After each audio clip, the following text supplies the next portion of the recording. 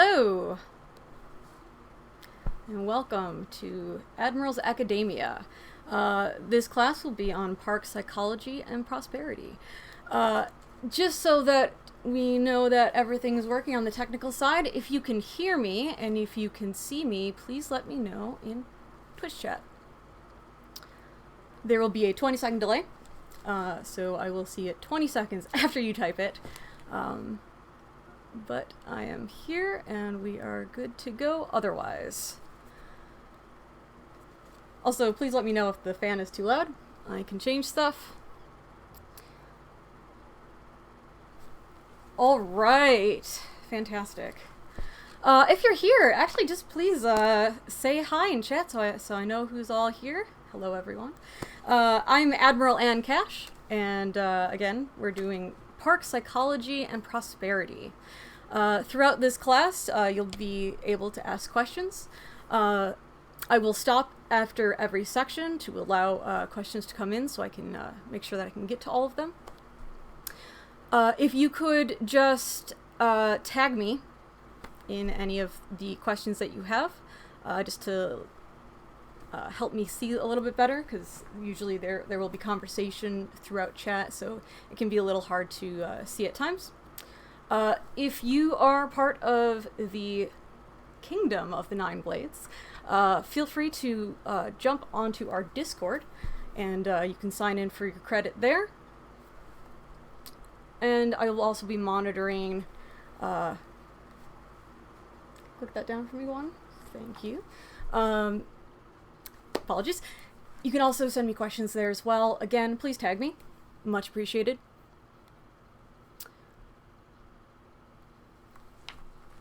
Okay. If you are not from the Nine Blades, or do not have access to our Discord, please just say what your kingdom, your park, your orc name, and your credit, please. And thank you.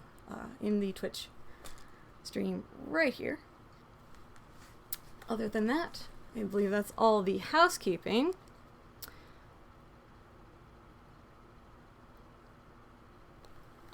Okay.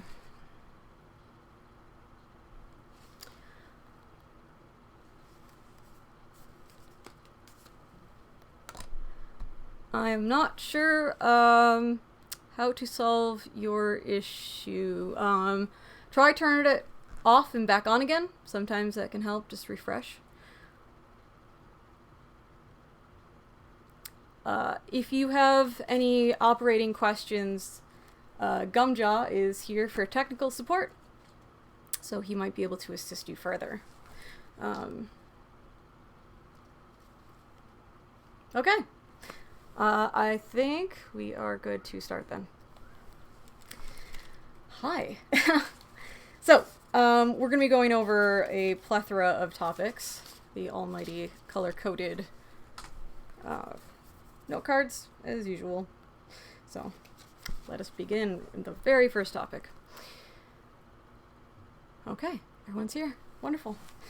Okay, recruitment and retention. Now, again, this will all be geared towards psychological, behavioral, emotional sort of aspects. So this is not going to be your standard how to recruit folks. It's going to be more along the lines of knowing what to do, what to see, and to help keep folks once you get them. So essentially, when you are doing recruitment, it is easier to get them there than it is to keep them. Now, this also goes for veterans as well. If the effort isn't put in, when there is things like emotional distress, social issues, then they will eventually leave. So, things to be aware of and watch out for. Body language. If you have a new player coming out for the very first time, they will show their unease in their body. You will notice that their shoulders will be in. They might be looking down a lot, maybe looking around, sort of tension. if they're anxious and uncomfortable, you can really visually see when somebody is uncomfortable and on edge.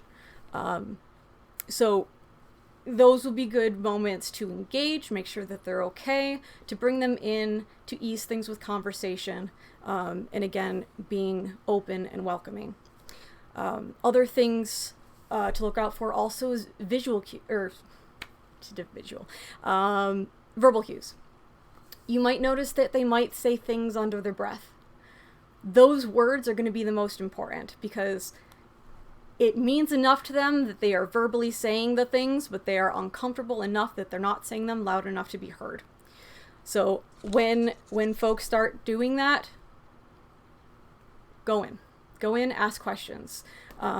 Be sure that that you're engaging, you're listening, you're making sure everything's good on that end.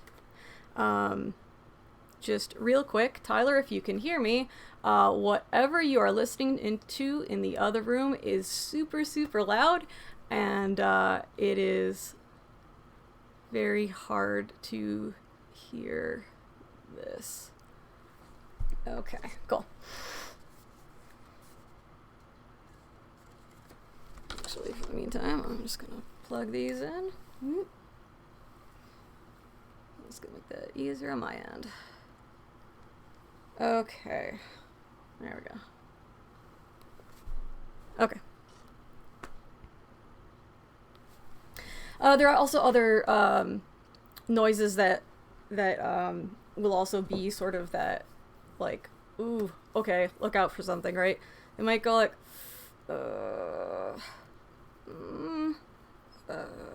right? Those uncomfortable noises. Again, if you know what to look for, it will be like a giant red flag.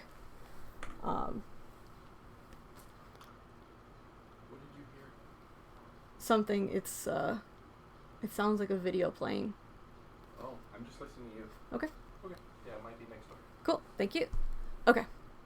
Sorry for that. Yeah. So again, you're gonna look for body language. You're gonna look for sound. Also, the face actually has micro expressions, so you can also read things on the face. A lot of things to look for will be like here where the eyebrows are, sort of the corners of the eyes, the corners of the mouth. Folks have a lot of ways of just yelling, "I'm uncomfortable." So it's a lot of just watching, right? Make sure you watch them, actually see how they're doing. A lot of times what will happen is they'll come in the first interaction, be like, "Oh, hey, so glad you're here. Welcome. Okay, now we're going to go do this."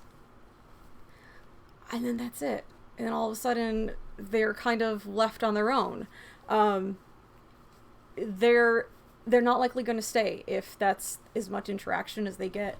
Basically, like, do that sort of like hand holding kind of thing, not literally, as they're going throughout their first day, right? Make sure that somebody is with them, guiding them along the way, that there is someone there that is engaging, is able to answer questions, able to show them stuff in the rule book, help them pick classes, help explain how those work. If they are going to try combat in the first day, show them how to swing a stick, show them how to throw a spell ball, show them the hit locations, ditch with them a bit, right? You don't want to just leave them to their own devices, right? One of the sticking points for a lot of folks in this game is the community. But if they don't know what that sort of feeling can be like, they're not likely to stay long enough to get engaged and really like become part of that community, right? So it's going to be very, very, very important that on that first day that you are bringing them in. Now there's some other things that they're sort of general across the board things in our game that a new player would feel insecure about when coming to the game. RP. RP can be very difficult for a new player to do, especially with a group of strangers. There's lots of insecurities that can be there. They don't want to look foolish. They don't know how out there they can get. They will also not really... Usually they won't have like a formed backstory or experience even LARPing sometimes. Some folks will not have theater experience. Some folks will not have ever played D&D, right? Those sorts of experiences where you get to play around with characters and do improv and things like that.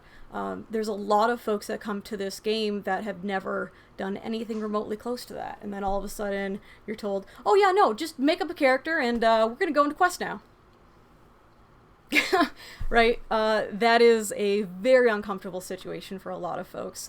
To be frank, that's something that vets even deal with, even now. There's lots of folks that will not partake in quests or RP. When you notice that, be sure to engage again and ask questions, right? Ask them what it is that they feel uncomfortable with, if there's anything you can do to help aid that, right? It might be as simple as just helping them work through their character's backstory, knowing what questions that they should be discovering for their character, which is going to be besides just having a character name and a profession, right? Going deeper into that dive, understanding where they're coming from, what their daily routine is, what is their favorite food, what is their hopes and dreams, what is their greatest fear, what do they dream about at night, what is a dream for them, what is a nightmare for them, who are their parents, do they have family, are they from here, are they from another world, are they from have they always been here, right? There's lots of things. But being able to just on the fly roleplay without having any sort of information except for your name and your profession, which is what a lot of times the initial direction is for new folks. That's really going to be an uncomfortable situation. They're not really going to know how to work with that. So another thing that you can do to help aid that is when you are in quest scenarios or even just doing open RP, make sure that you engage with them and ask them questions. It can be simple like, hey, crazy weather we're having today, right? Oh man, what did you do earlier today? I mean, I just got here and I was like working with the horses and oh gosh, I got kicked and man, my thigh's still killing me, right? Just have a conversation with them, as simple as how's the weather, right? Any sort of thing that gets folks talking, right? Getting used to just saying things out loud in front of other people. It's an icebreaker, right? And those will do just wonders, right? Introducing them to other folks, right? Just being like, oh, hey guys, this is my new buddy, Bob.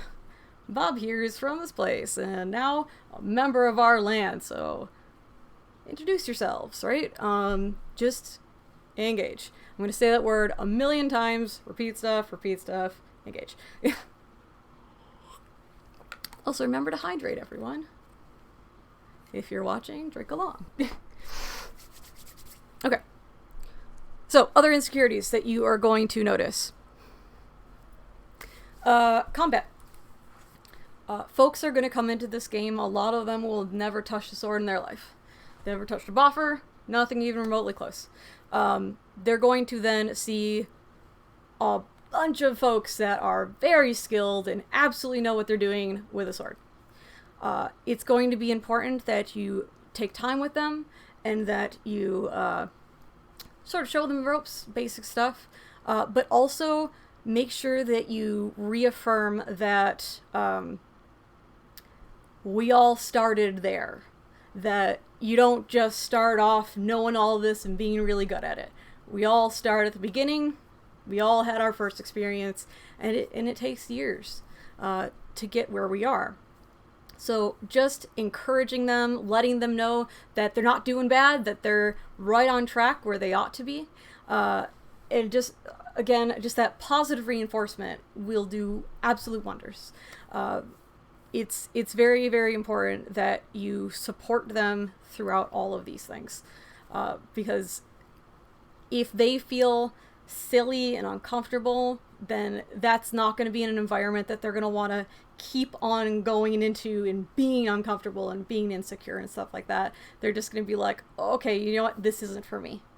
When it could be something that could be the most amazing thing in their life, the most supportive and amazing, welcoming environment if given enough time. So make sure that they get the chance to stay long enough to experience that and to form those bonds and to keep playing. So again, watch out for those insecurities. So other things like garb. Garb is going to be another thing as well. They're going to probably show up with a t-shirt and jeans. And then they're going to see everybody wearing head to toe garb. And they're going to instantly be like, oh gosh, I am not dressed for this. Right? They might just have a ripped up blanket with a hole in it, throw it over their head, and thinking, this is how everyone's going to be. This is going to be awesome. And then they show up and everyone's wearing like court gowns and stuff. Again, reinforce that we didn't come in with this knowledge. We learned how to sew in this game. We can teach you. Hang in there. We've got loaner stuff. Support them, help them, teach them, guide them, and again, reinforce that supportive, those reminders that this is where we all start, and they're on track where they ought to be. They're doing great. Hang in there. We'll show you what you need to know to get to this too. All that positive reinforcement. Again, this is drinking game. Every time you hear positive reinforcement or engage, take a sip of water. You're going to be so hydrated by the end of this class. Okay. Other things. Their equipment, right? It might not be their first day. They might be in there for a month and they're coming up with their first sword and it's a big clunky monster of a thing. But you know, also, they will be so proud of that first weapon. So do not insult their crafting ability. Don't just be like, oh god, look at this monstrosity, right? I have heard too many times, when folks are checking weapons, just making snide comments about the craftsmanship and, the ineffectiveness of a design. Don't do that in an open public space where people can hear you. Those sorts of comments can really cut into a person. And that's the sort of negative atmosphere that is going to turn folks away. So you got to be really, really careful with what you're saying, and understanding the repercussions of things like that. So it's just a lot of being cognizant of things and being aware of what you're saying and how that can be taken by folks. So again, if they start making comments of just like, I know it looks terrible, or yeah, I know it's real heavy, and right, again, encouragement, positive reinforcement, take a drink. Again, oh yeah, no, most people, their first weapons aren't even legal. Mine wasn't for sure, right? This is where we all start. You're doing great. We can show you all sorts of tips and techniques. If you want to make it lighter, make it smaller, make it whatever, you want to try different things, we're here for you. We will show you how to do it. Hey, come to this ANS night and, next one we do, and hey, we'll get that done, right? Support, encourage, teach.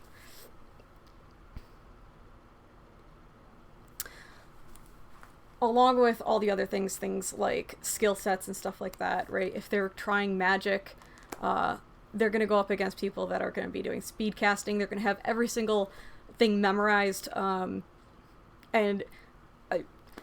they could end up seeing Garrett on their first day and all of a sudden have just the most amazingly perfect thrown spell balls you ever did see. That's gonna just be like, oh gosh, yeah, I can't do that. I had that experience when I first saw our newest Paragon wizard throwing balls. I was like, oh, yeah, I cannot do that. And shortly after, I threw what was like my first one of my first magic balls in like 14 years, and it was terrible. So again, reinforcement, teach folks how to do it. Encourage, positive reinforcement. Also understand that, memory is going to be a thing too. Coming into this game, it's going to be really hard to have a 72-page rulebook and be like, here, day one. Okay, now go onto the field. This is all your first level stuff. Remember it. One thing that we have in Linigond is the Andy the Amp Garter things, and Grimbone has done this amazing thing where there's little kind of care packages with all of our loner gear. So there's like cheat sheets for all the classes, so folks can keep that on them and see it and make checks as they're going. So that's a really, really helpful thing. I remember when I first started playing, when the heal spell was even longer, we used to get like business cards that would have the whole thing on it. And when you first would start out, you would have your business card on you, and every time you'd play, you'd be able to like whip it out and just like start, healing folks. And that was a huge thing. Being able to have that reference, because it takes so long to memorize. And there'll be folks, I'll tell you, there are vets that still do not have that memorized, and having that, right? There's definitely things where memory can be a very insecurity icky thing, because they're not going to want to tell you that they forgot. They're not going to want to point out their flaws. They're not going to want to draw attention to any negative thing that they're doing. So they might have a hard time memorizing things, and you're not going to know it unless you check in, right? Make sure that you're doing regular check-ins at the end of field, right? Even during field, but especially at the end. Go to them and ask them how it went. Ask them if there's anything that they struggled with, anything that they would like any help with, if there's anything that they need. Ask them, you could ask them if they felt welcomed, if they felt encouraged, right? Communication is such a vital thing. You're not going to know unless you ask. So ask questions, be engaged. Positive reinforcement. So much positive reinforcement. Also, besides just, here's the rule book, you get this, and this, they may not understand what that is. They might not understand what that looks like, what it feels like. Make sure that you not only are clear, but give them examples, show it how it works, right? For spells, you can do just an absolute, a demonstration for them. You can just go out and be like, okay, so this is what you would do. Gee, I command the odd, I command the odd, I command the odd, right?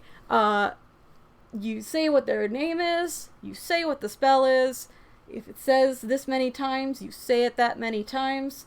Okay, now you try it. This is Jeet. Try casting this spell. Here it is on a note card. Go for it, right?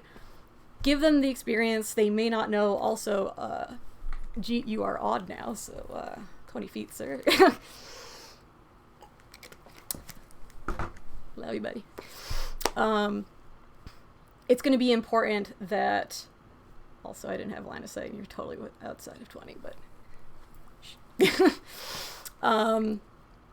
it's going to be important that they actually, like, see what that looks like and feels like, because when you first are just like, here's a spell, you say this, right? You're not really imagining, like, somebody just going and yelling that across a field. That may not be the first thing that they think of, and,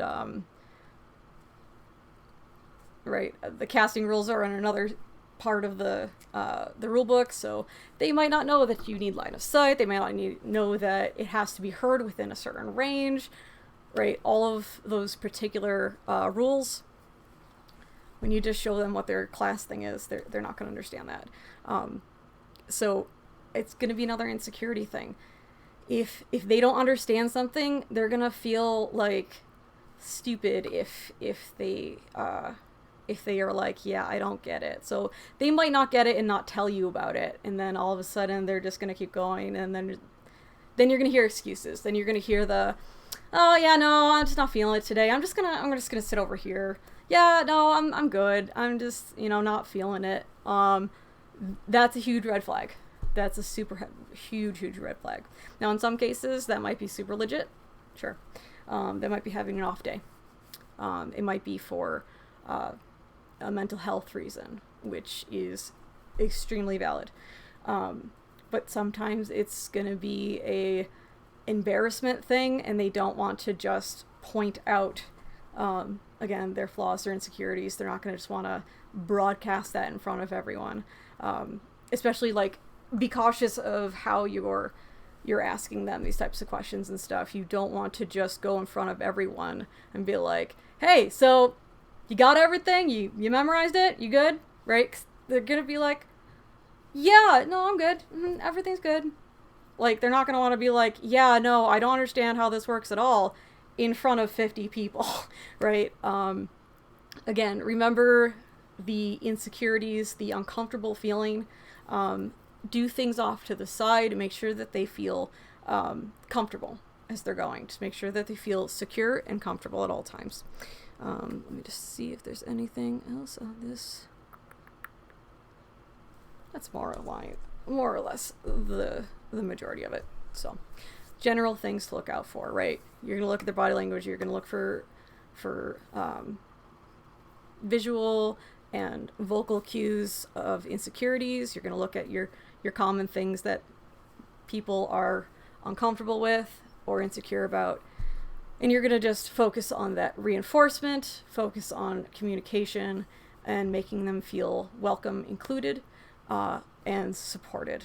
And the reminders of, again, we all start at this level.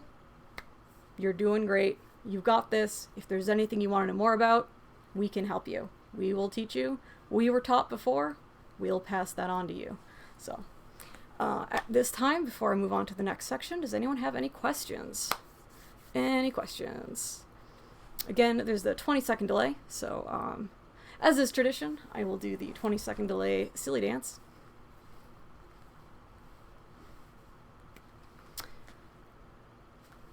Again, feel free to message me either on our Discord, on the Kingdom of the Nine Blades Discord, or here in our Twitch chat. Again, if you are just joining us, please say hello. Let me know that you're there. And if you have questions, please tag me so that I can see them easier. So that will help a lot. Let me go back up, scroll.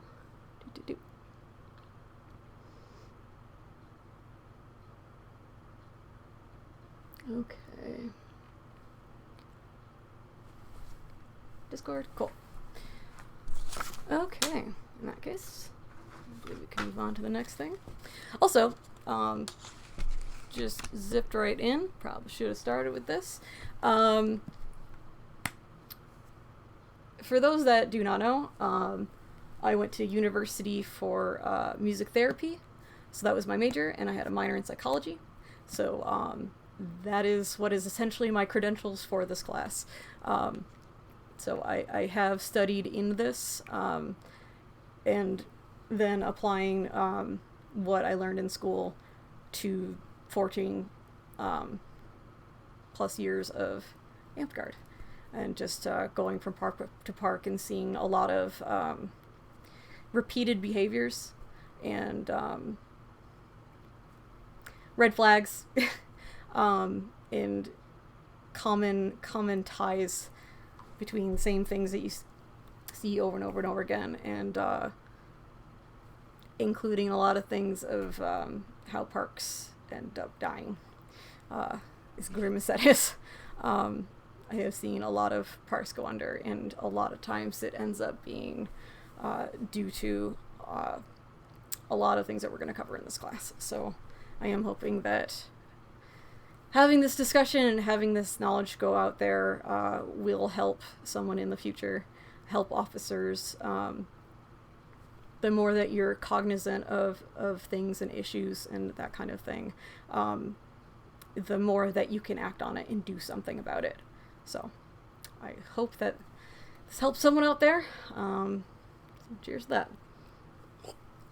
So we are going to move on to the next section. If everyone is good.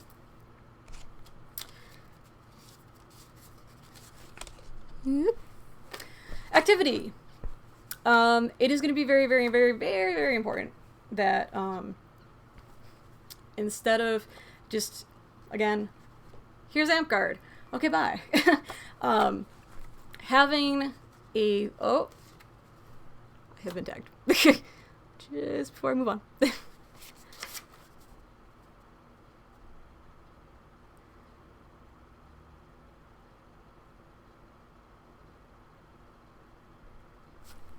Okay, awesome. Thanks, guys.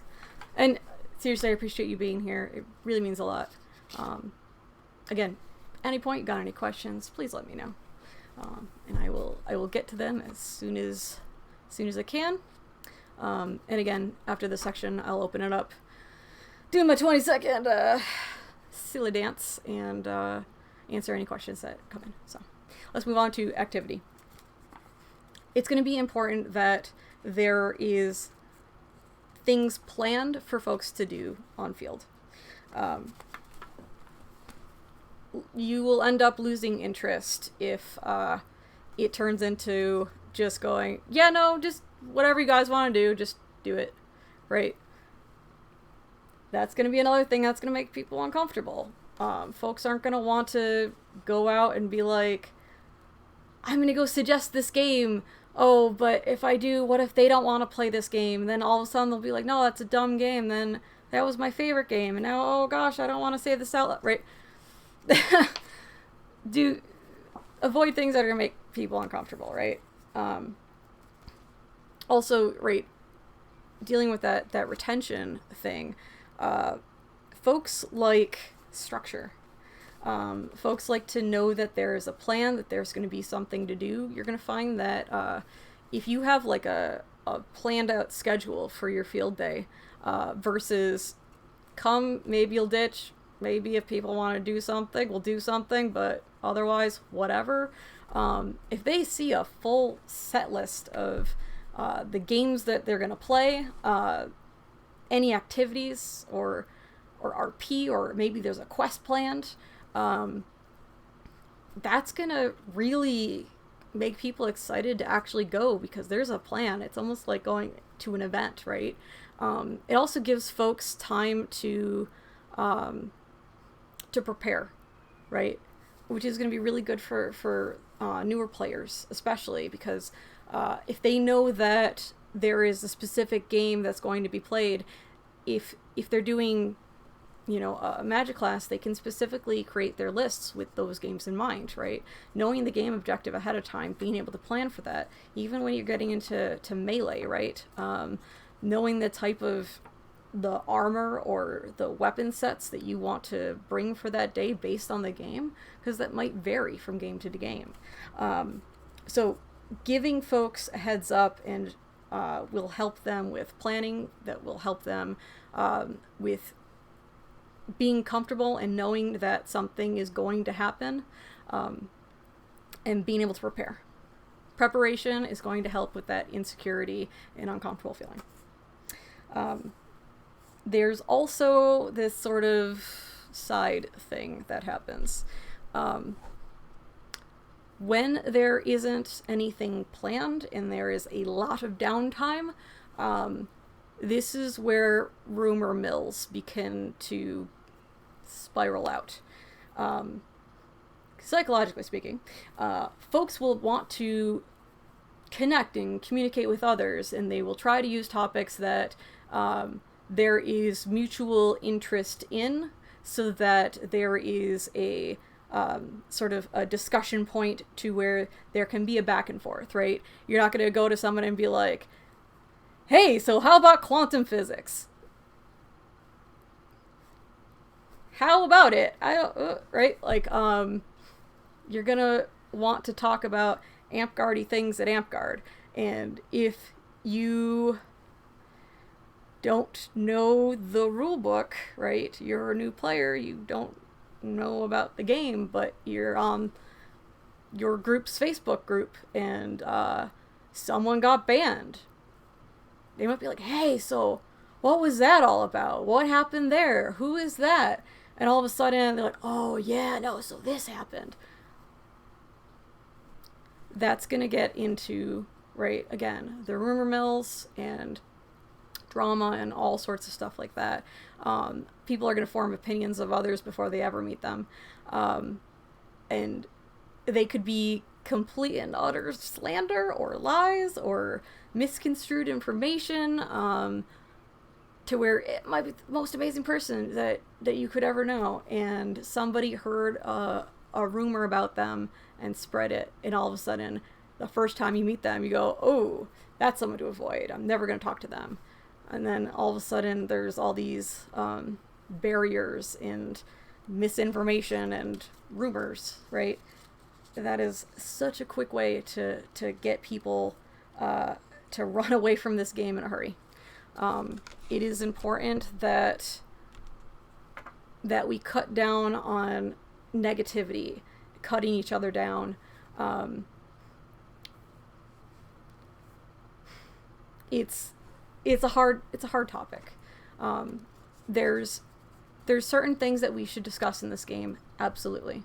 And this is definitely, there are things that shouldn't, stuff under the rug, if that makes sense, right? There are issues, and they need to be addressed, for sure. But I also feel it's kind of, the time and place is important.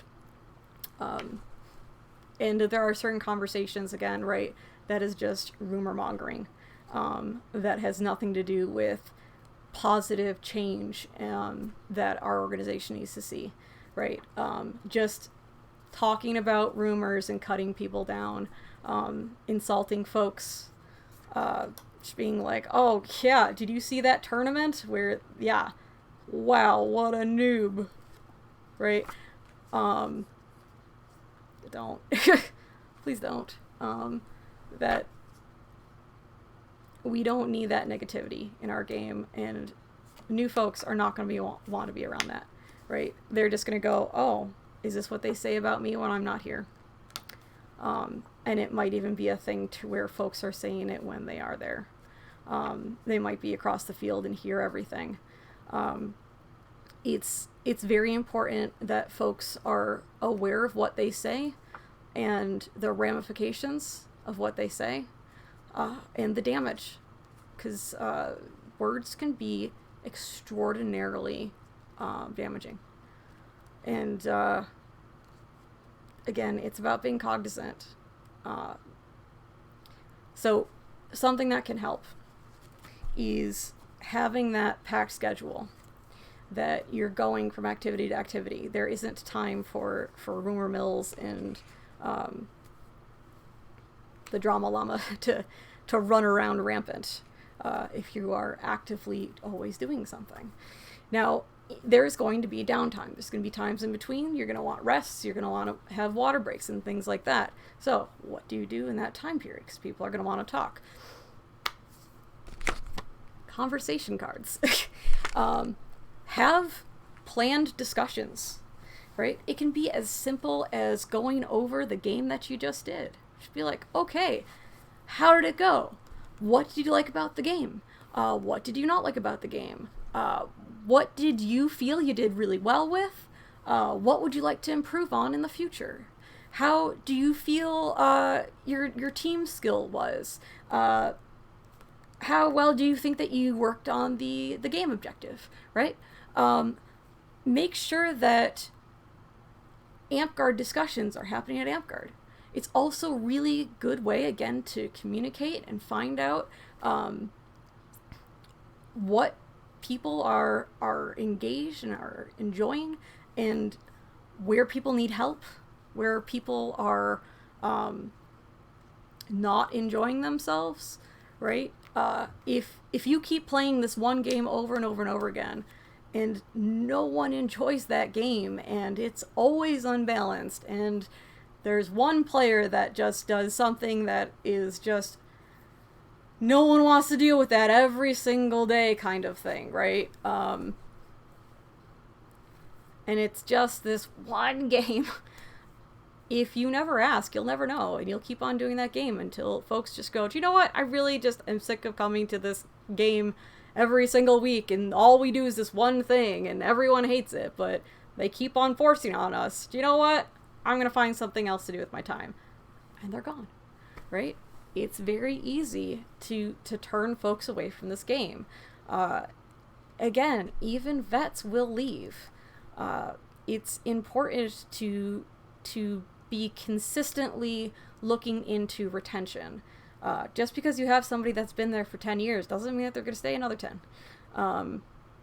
It can be as simple as one real bad day that they just go, I'm done.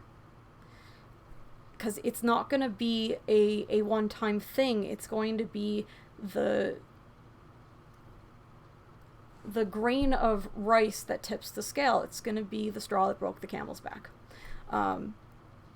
Compounding over years of small issues, and all of a sudden that one day was enough to go, I'm done. That was it.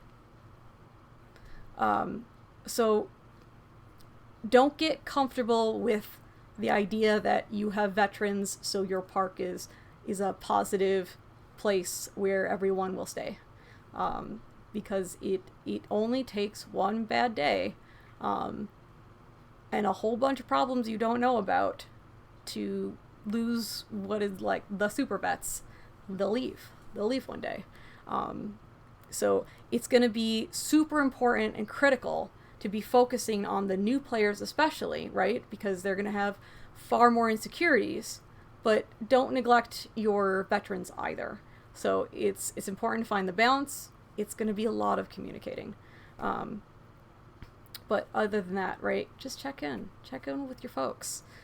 Make sure that everyone feels safe, they feel comfortable, they feel welcomed, they feel involved. Also, tip for conversations.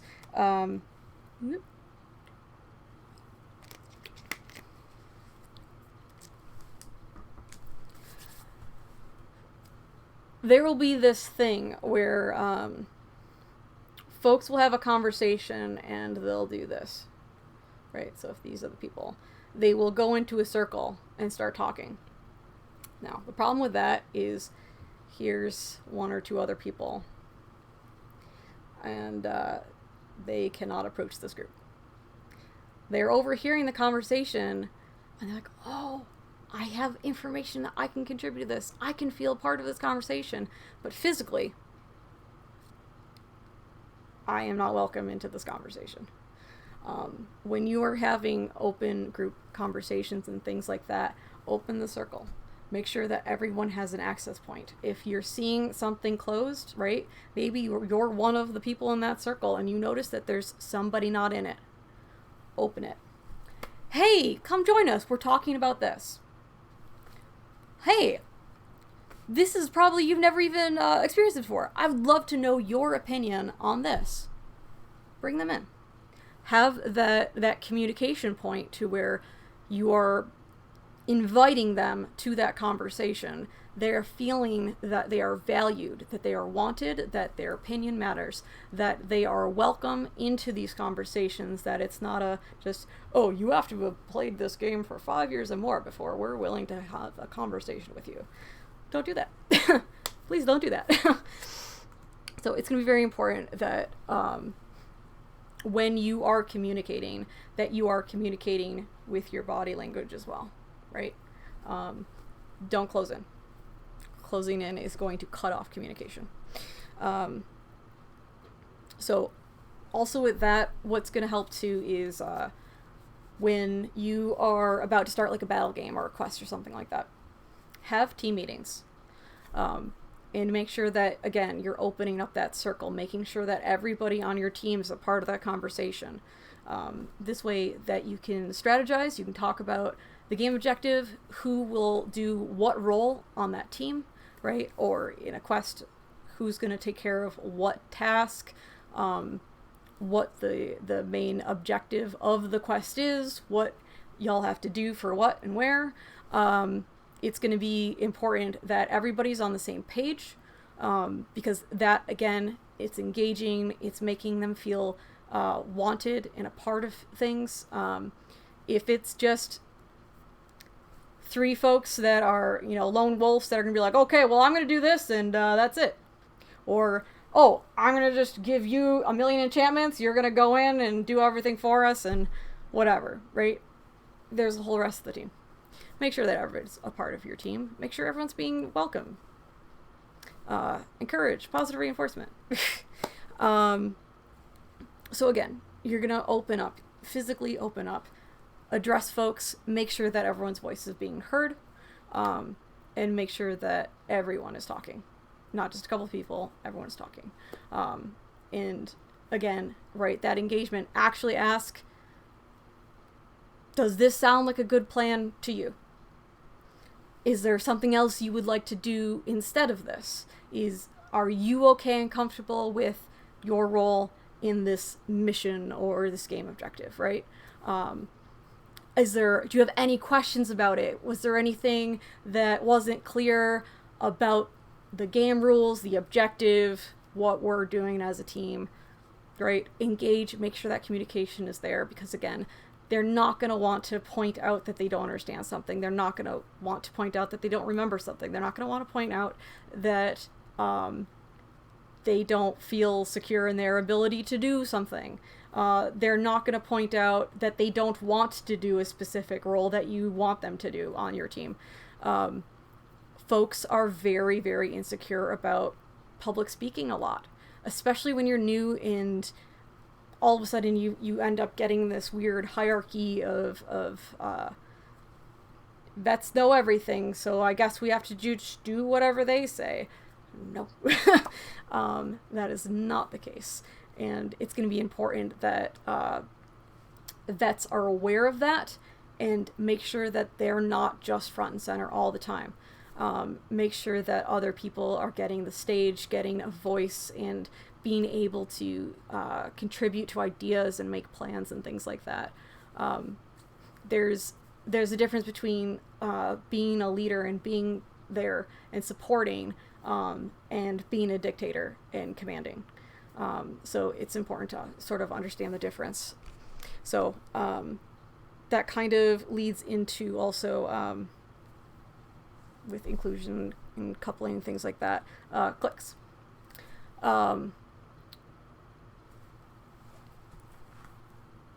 Cliques are a natural, normal human thing. Humans are pack animals, in a sense, if that makes sense. folks will always find like-minded folks with similar interests and passions and things like that to group with. They are not inherently bad things. Right? Households, companies, belted families, things like that, they're not necessarily negative things. But they can end up being negative things. So it's important to be aware of them, to allow them to happen, but to also make sure that they are not becoming exclusionary and specifically singling out individuals to not be invited or welcomed into things. It's important that when folks are having discussions, again, you're opening it up to everyone, making sure that everyone is getting to talk, that it's not just, okay, this group's going to go over here in chit-chat, and these couple of new players have no one to talk to. They don't feel welcome, they don't feel encouraged, and they feel that they will never be a part of a group like that, and they will want to be a part of a group like that. So it's important to recognize when those formations can be a negative thing, and what to do with it, if that makes sense. Because it's not inherently a bad thing, right? Again, having a group where you feel secure and happy and welcomed is not a bad thing. It's only when it becomes a bullying tactic, a thing where a specific group doesn't like another group and they actively try to push them out of the game, where it becomes a us versus them thing, right? Be cognizant of it. Look out for it. There are red flags. You'll see it coming a mile away. Make sure that when you're doing activities, that group activities remain group activities. That what you are offering as an officer when running games and things like that, that it is a team building thing, that it's a chance for everyone in the park to be involved, everyone to feel welcome, and everyone to be engaged with. And to make sure that if there are things where it's always just, nope, this group is going to go over here, have things where they have to interact with the rest of the group, right? Have conversations and be okay and communicate in that space so that it doesn't become a thing to where folks are absolutely excluded and do not feel welcome whatsoever, because they will absolutely leave. Sorry, real quick. Do you have any tips for people with social anxiety welcoming new people into their clique? Yeah. You literally welcome them into your clique. Again, it's communication. It's going to them and engaging them. Have them come and join you and stand in your circle. Ask them questions. Ask for their input when you are having those group conversations. Let them get a word in edgewise, right? Make sure that they're getting a chance to talk, that you are valuing them and their opinion, and that you are available to answer questions, that you're willing to teach them if there is something they're interested in learning, things like that. It's a lot of just making sure to engage, but also, right, again, when you do have folks with social anxiety, go off one-on-one and ask them, right? Ask them, hey, do you want to come join us? Right? Hey, we're talking about this. I'd love to know your opinion. We'd love to have you with us. Would you like to come and chat with us? Right? Having that conversation to know where their level is, their comfort level, because some folks are not going to want to all of a sudden be brought into a group of people having a conversation, right? Maybe they might just want to just be there to feel like a part of things, but not participate, right? Be a fly on the wall, if that makes sense, right?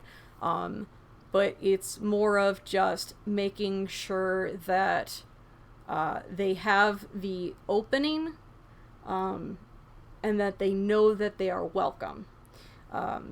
And not to pressure them into speaking or pressure them into doing activities if they don't want to. Just knowing that that's open. There's some more questions. I meant for people to feel safe to let new people into their cliques.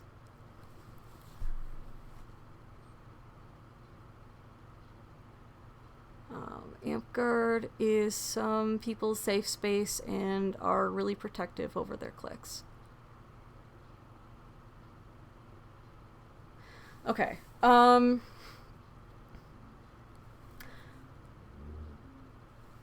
Okay. So, in such cases as that,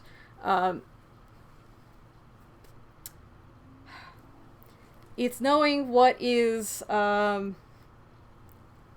when and where kind of thing, right?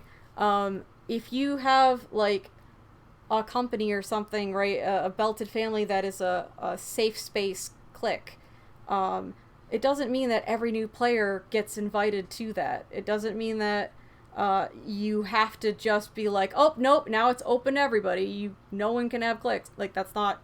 No. Learn about the person, right? If it's somebody that will end up joining your clique later, cool, right? But if not, that's fine too.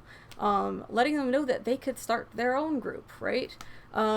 It's going to be important that understanding that, like, when you're having a mass group conversation about the battle game you just had, that should not be a time where you need to physically click up. That's not a safe space concern, if that makes sense. That's an open, everybody just be there and talk kind of thing. It's not of any particular triggering conversation. It's not a risk thing. It's more of just a generalized, did you enjoy this game? Did you enjoy this game? Was this not your favorite game? What did you enjoy about this? What did you not enjoy about this? That conversation doesn't need to be a closed off private thing. Just like playing a battle game is not a thing to where, okay, only this group feels secure with each other, so only they get to play the game, right? It's knowing what activities are a park activity versus connection things that you have in the game, right?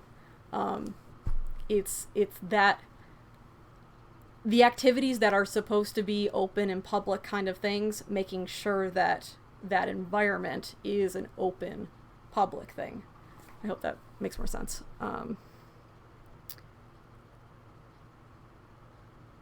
What if the clique members are the socially anxious ones?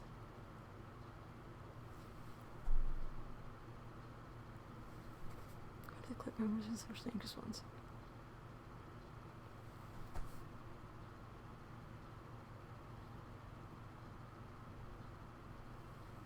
I guess I don't really understand your question.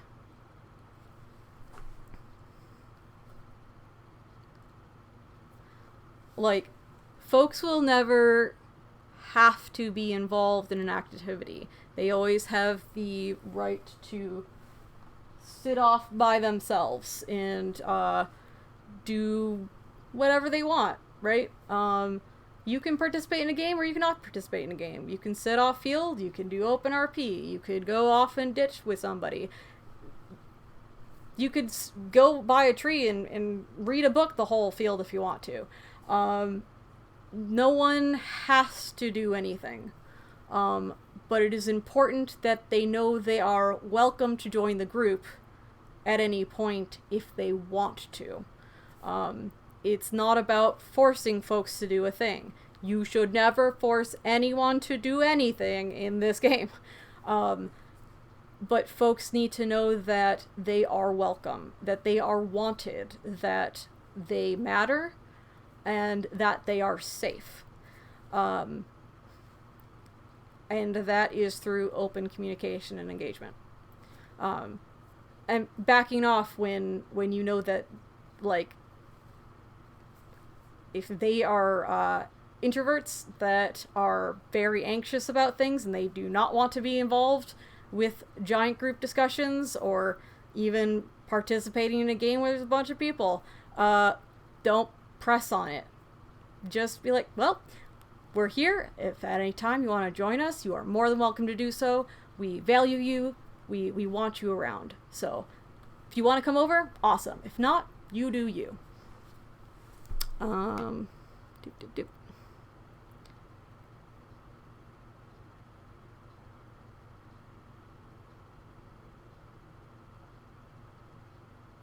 Yes, they can absolutely just stick to themselves.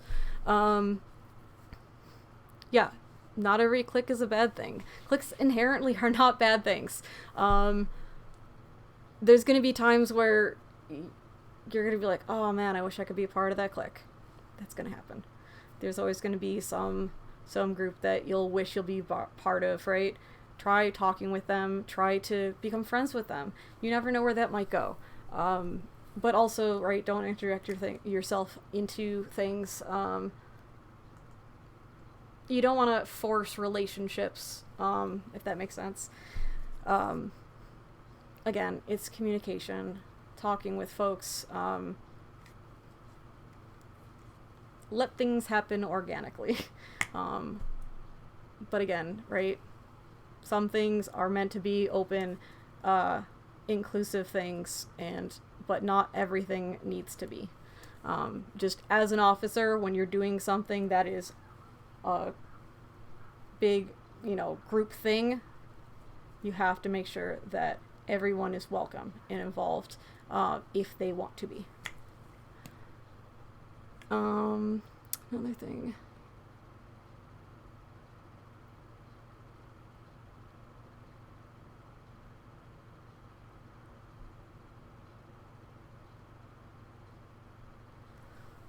You were given advice for clique members to engage others, but those solutions rely on the clique having an extrovert amongst their ranks.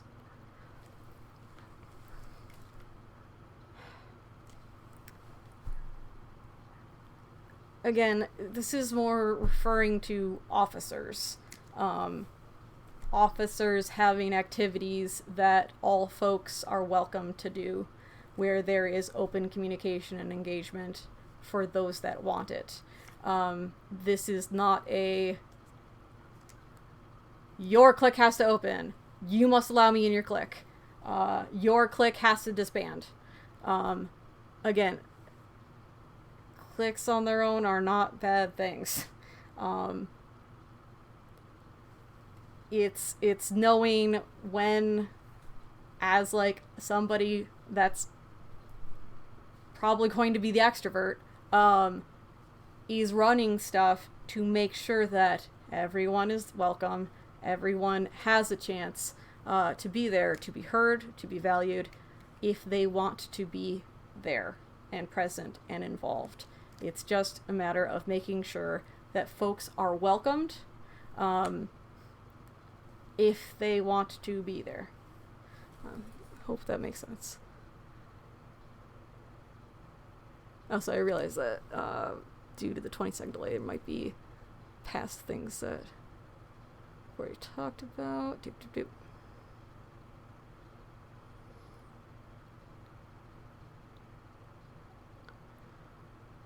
Doop, doop, doop, doop.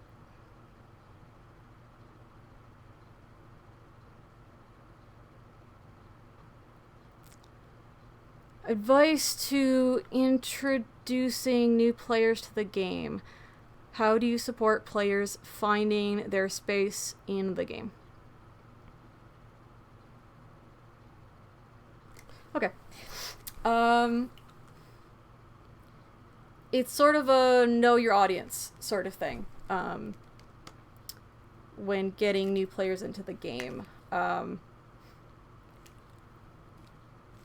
instance, I used to play at a university.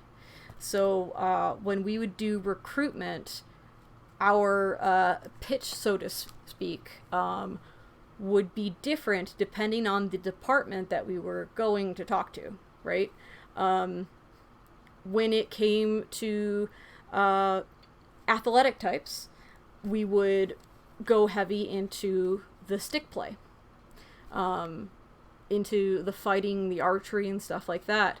When we would go into the theater department, it would be about the role play, creating your dream character, making your dream costume, and going out and doing improv for the whole thing.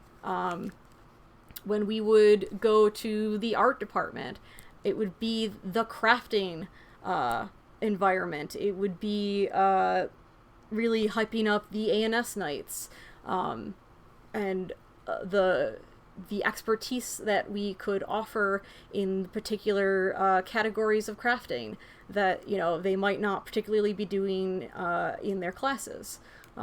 Different unique things and different techniques and whatnot, depending. And there also being, you know, like tournaments that they could enter and stuff like that, right? So it would be based on their interests, right? We would go to gaming groups, other gaming clubs and stuff, and play more into that, you know, that D&D sort of feel, right? That you'd be doing quest live, right? Campaigns live, where you get to go out and live as that character that you created. So I would say that it's a lot of knowing your audience and gearing and promoting and showing off what they are interested in, and then making sure that when they come, that is available to them, and that you are making sure that that aspect of your field is strong, legit, so that they want to be there and they want to stay. Basically, don't dupe them. Don't give promises you can't keep. Don't advertise your field as something it is not. If you have a very stick-heavy field, going to a theater department of a school and really hyping up the role play aspect, they are gonna get there day one, never get to RP. It's mostly folks are out of character, they might even not really wear garb, and are just ditching the whole time. They will not stay. They will not stay. So it's knowing the strengths of your field and recruiting in places that you know that that the audience is there for.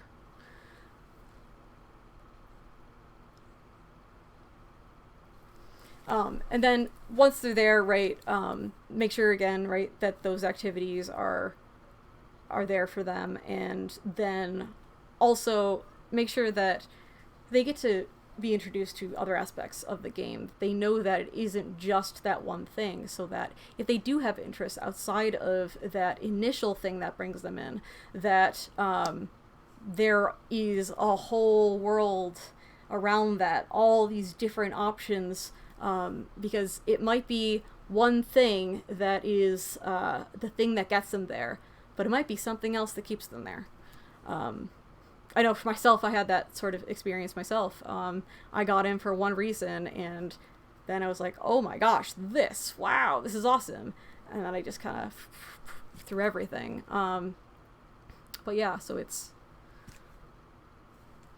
get them there through the activity that they are interested in, and make sure that they have it, that they're having fun with it, keep engaged, keep the communication going, make sure that they feel supported and welcomed, and then introduce them to other aspects when they're ready and when if they want to. Okay. Splendid. Okay.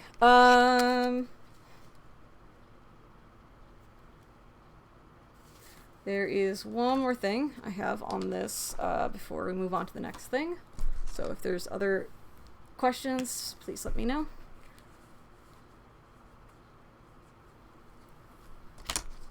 Okay. So, the elephant in the room. We're talking about a whole lot of stuff for field days. Thing that we normally do, and right now we can't. We are not doing what is our normal. It's going to be crucial in this time that we focus on retention. We focus on community and connection and having activities available. We're doing it right now, right?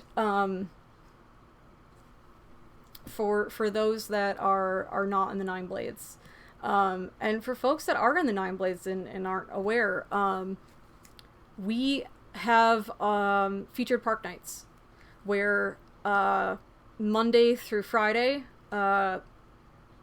it's about 2 parks every night, from I want to say 6 to 8 and then 8 to 10. Each park has essentially an online field day. What the park does for their time is up to them. They might do classes, they might run an online quest, they might do A&S, they might just hang out and everyone just do their own thing, but maybe just have AmpGuard conversations. We sign in, we take credit. You get 1 class credit a week, and all the other times that you attend, you get color credit. But it has been just an absolute game changer. To be honest, it's mentally been huge to have sort of the normalcy of still having an AmpGuard thing to go to be engaged with.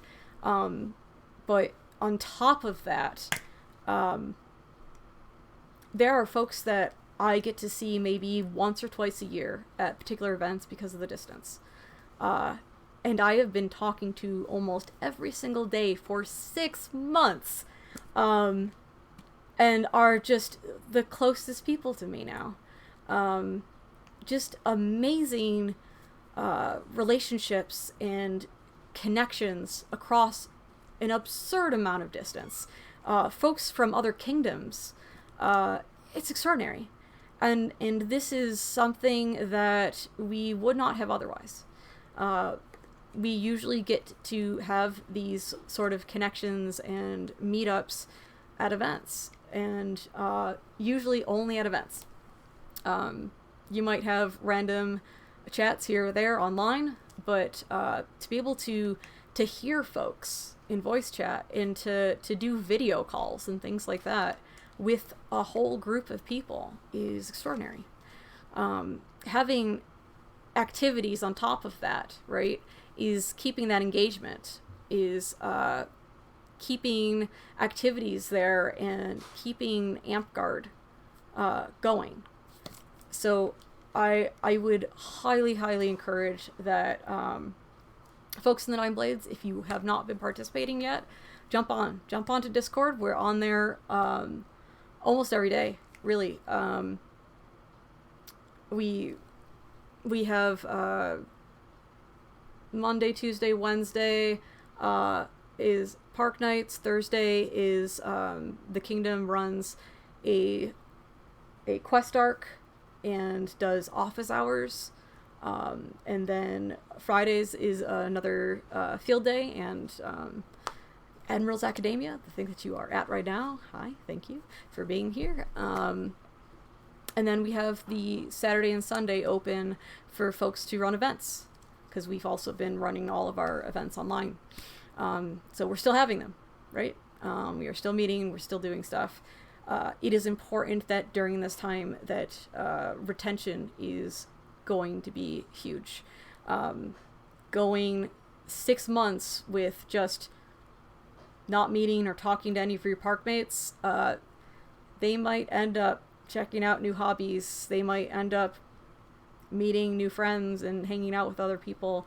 And when we open again, they might not have the drive or excitement that they once had to come back out and do the thing.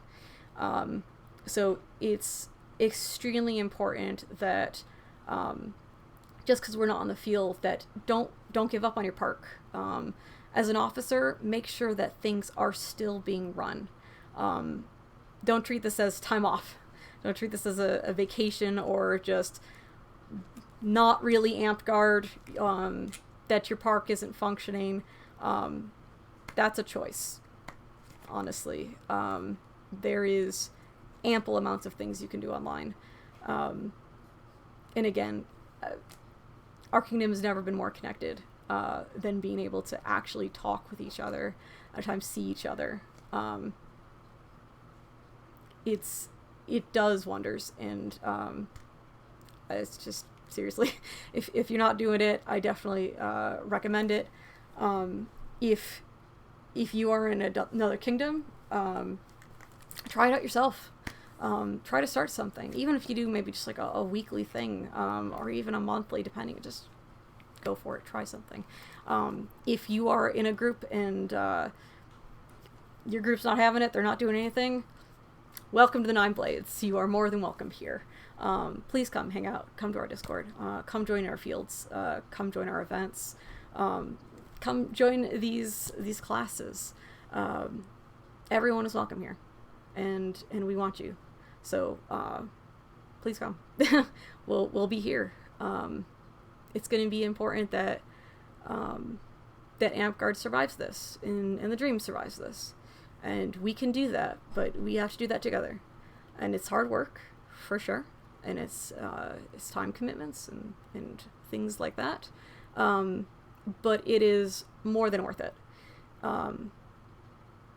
So yeah, let's keep going. We've got this. You've got this.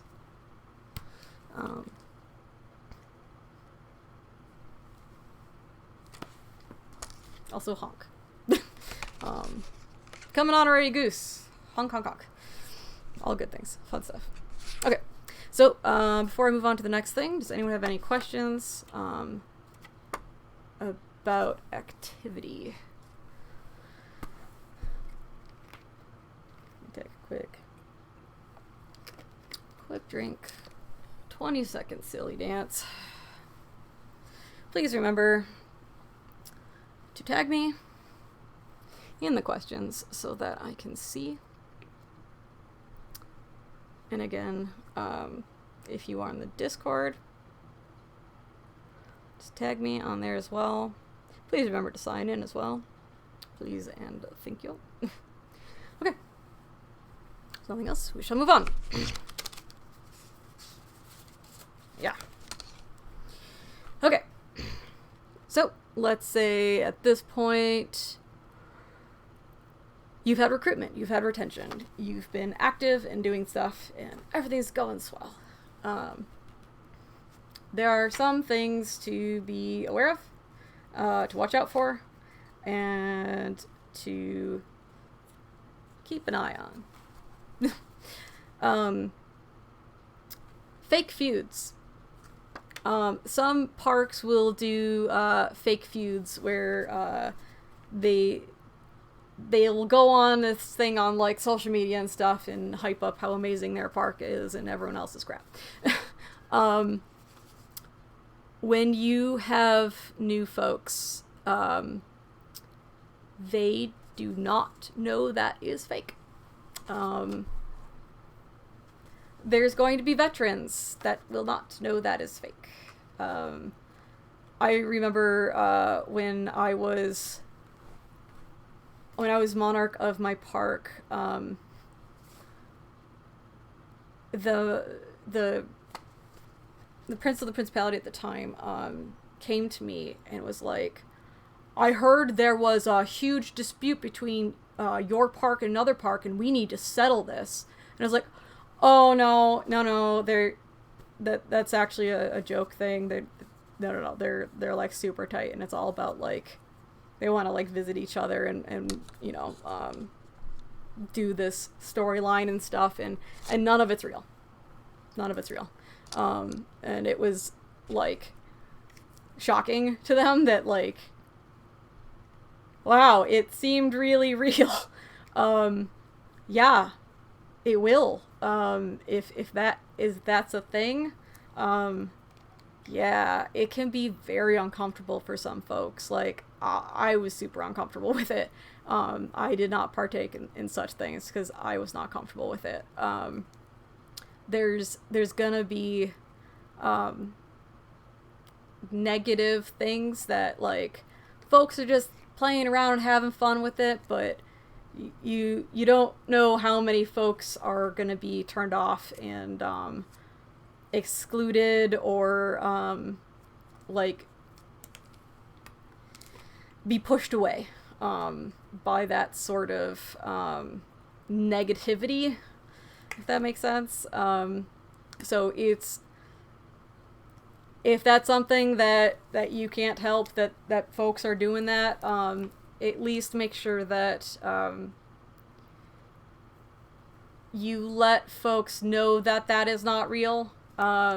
Make sure that new players have that heads up. Oh, hey, you might see this park say a whole bunch of stuff. They're joking. This is not real. This is a joke thing. That this is like more or less a storyline thing. It's like an RP thing. It's not real. They don't hate each other. They're actually like the bestest of friends. So it's one of those, it can blur lines and you gotta be cautious of it. If able, try to avoid it. Instead, something that can help is having a common enemy of sorts. Have it be not your park mates, your neighboring park. Have it be a fictional army. Have it be a fictional foe. I remember there's this one storyline that Countess Finola of Wolvenfang did, where she created this army of bad guys, and they attacked the entire what is now a kingdom. And it became this huge bonding thing where we all banded together against this entity, and it became this great thing for us to visit each other's parks, to aid each other, and to give each other resources. And it would be like, oh, this group is, this army's coming through our land to get to our neighbors. We are gonna make the stand here to protect them. It became this huge thing of everyone just, it was such a positive thing. Having that enemy be not each other can really help with keeping that positivity and that inclusion and that connectivity. Because when it's versus each other, there can be times where it blurs lines. And it can be hard to tell when people are legitimately just crap talking each other. Let's just say that instead of swearing.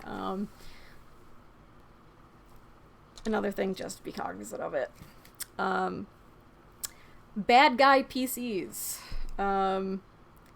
There are going to be times where folks' PC characters are villains. Be cautious if you are playing one of these characters. Make sure that you are not in God mode. Make sure that you are not just attacking each other like all the time. PvP can be a really, really uncomfortable thing. You're already going to be in scenarios where there are boss monsters and villains. when the villain is on your own team and killing you before you ever get to encounter the first NPC of the quest, you've been murdered 10 times, you're not going to want to go through the quest. It's going to just push people away very easily. So, again, it's one of those know your audience things. It's a lot about open communication and consent. Some folks have no issue having Nemesis and doing those RPs, doing sometimes real dark RP. It's some folks can dissociate themselves from their characters. They like the challenge of it. They enjoy, conflict is good in RP. Conflict means story. It means depth and development for your character. I love that kind of stuff. I love doing that. So I'm totally cool for having some, PC being a bad character and, being my nemesis. Yeah, I'm good. But this person may not be. This new player may be super against that. They might think that you're just a jerk, or you don't like them, or you are trying to get rid of them or push them out because they don't know what is you being in character and what is just you, right? They might not know you enough to know that yet. Also, just a side note, somebody just made a comment of, I like options to turn the bad guy. There are a lot of bad characters that end up becoming good guys. There are anti-heroes and things like that. That's a thing. That's fine. It's totally cool. That could be a super neat twist too. Coming in and having that sort of experience where you start off this way, and through RP and through relationships and exchanges of experiences and things, they have a change of viewpoint, and they go a totally different path, and all of a sudden are good guys. Maybe it's a huge struggle where it's like they really want to be a good guy, but then they'll slip up and be like,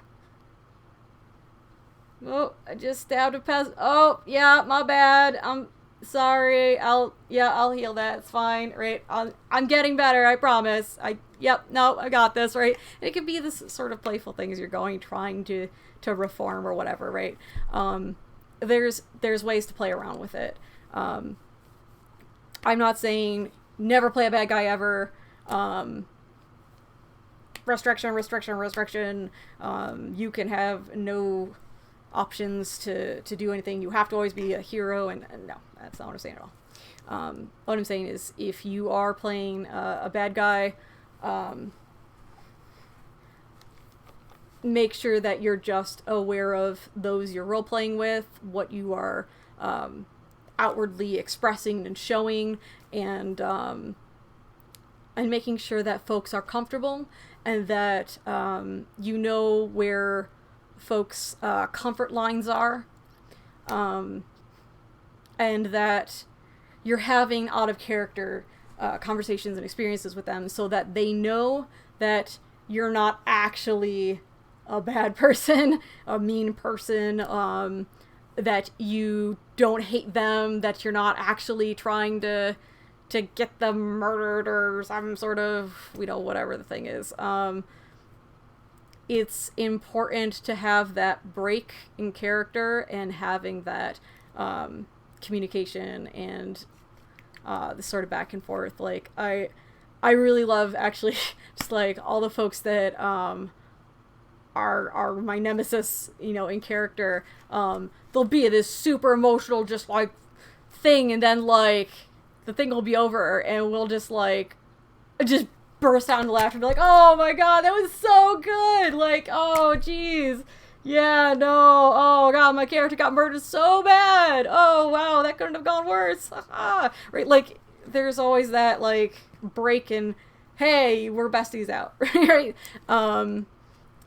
it's important to just have that break to make sure it's very, very clear that it's just in character, that it is a character, that person does not exist, and understanding that there is that disconnect and to have that disassociation from yourself. Because some folks will essentially play themselves in a version kind of thing, and then mentally can have a hard time disassociating from their character because it's too close to them, which means also that your personal triggers can end up being manifested in the RP because you are too connected to your character and you start blurring the lines of you versus your character. Mentally it can get intense. So, right, those that have like theater experience like myself, it's a lot easier for us to disassociate because we are hyper aware of the break between the character and you, and that is a completely fictional situation, and that person only exists in this bubble at this time and in this scenario, and then you're you. So to not take any of that to heart, to not take any of that and let it affect you psychologically, to hold on to things and stuff like that, right? It's important that you can separate. A lot of folks will play sort of an exaggerated version of themselves because it is easier to do because there's a reference point. It can be very hard to play a character that is nothing like you because can be very uncomfortable to not have any, again, that reference point, to have any sort of relation to understand how your character would feel in particular scenarios, and it's hard to not have anything to draw from. So a lot of times there's going to be, characteristics that you're going to have, but maybe just super exaggerate or whatever the case may be. So it's just really, really important that when you are designing your character, you are aware of that. When you're doing RP, that you're aware of that. It's a lot of just being cognizant of it. And again, do check-ins, talk with your role-playing partners, as it is. Make sure that you are clear about your boundaries, right? Certain things to where it's like, I'm okay with this, or this happening to my character. I am not okay with this. I'm not okay with RPing this topic. This is a no-go. This is what I'm physically okay with, space-wise, right? If I have a personal bubble, if I don't like to be touched or whatever, you got to be super open and clear about that right from the get-go. You don't want there to be a situation where you tell them after something has happened and all of a sudden you have gone through an experience that you can't undo. So it's very, very, very, very important that communication is there. For instance, right, I have fibromyalgia, so I have trigger points. There's like 18 of them on me. So, and I am very big into RP. Like, I will do most RP, most things I am down for. But if my character is dead or unconscious, being picked up and moved to the next section, that could be extremely painful for me. But there are particular individuals that know how to do it, that I trust, that know my trigger spots, and I'm fine with that, right? I remember from my old park, my belted brother, he would do this thing where he would fireman carry me to the next section, which is also great. 'Cause number one, it doesn't break immersion. You stay in character the whole time. You don't get left behind as everyone up and leaves and moves to the next part of quest. Free transportation. I don't gotta walk there. Woo, right? but I trusted him with my life. Like, he knew everything about my medical situation, and he was super gentle. He was careful. He knew my spots. He knew my comfort level. And yeah, he could just pick me up at any point and just carry me around. Didn't care. But having that dialogue so that he knew what I was comfortable with and that he had consent to do so. I won't give that to everyone, you know. Trust is a very delicate thing, and it is something that is earned. You don't just give it away freely right off the bat. So it is important to know your boundaries. It is important that you communicate them. Doop, doop, doop.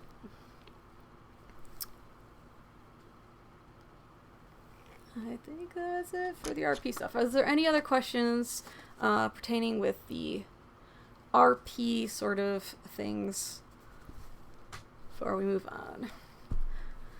Again, 20-second silly dance.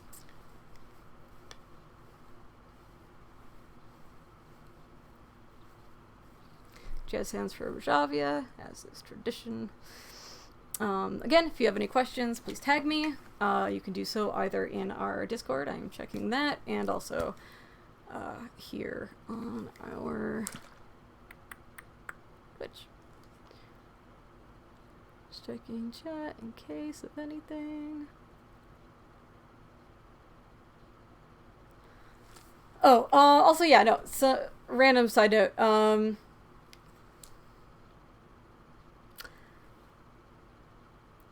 be also cognizant for questing purposes. If your character is, oh, well, my character would never do X, and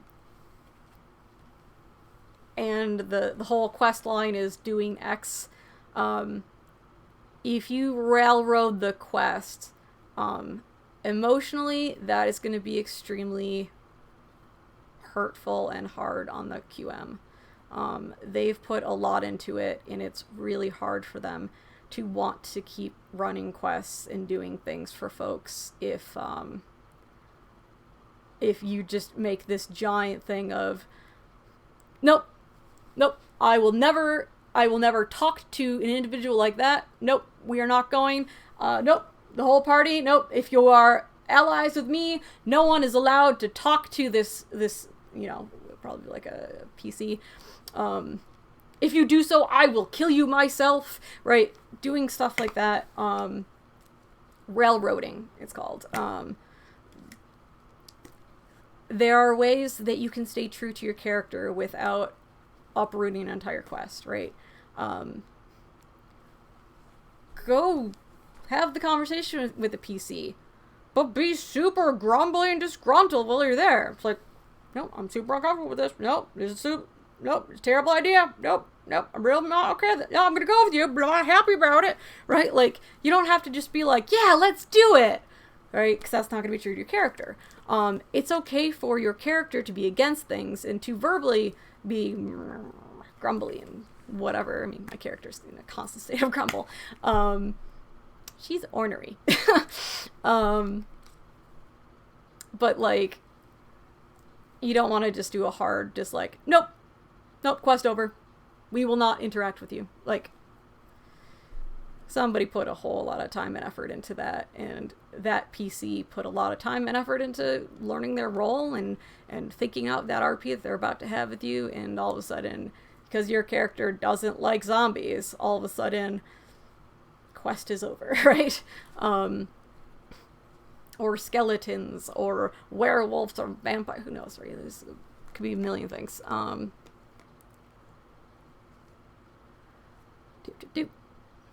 Checking on things.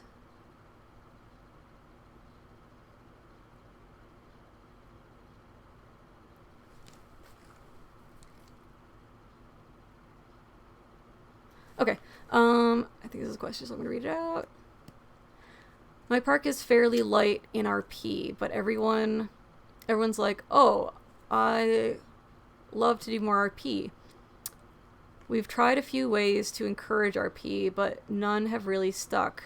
Do you have any suggestions of how to ease people into roleplay? Yes.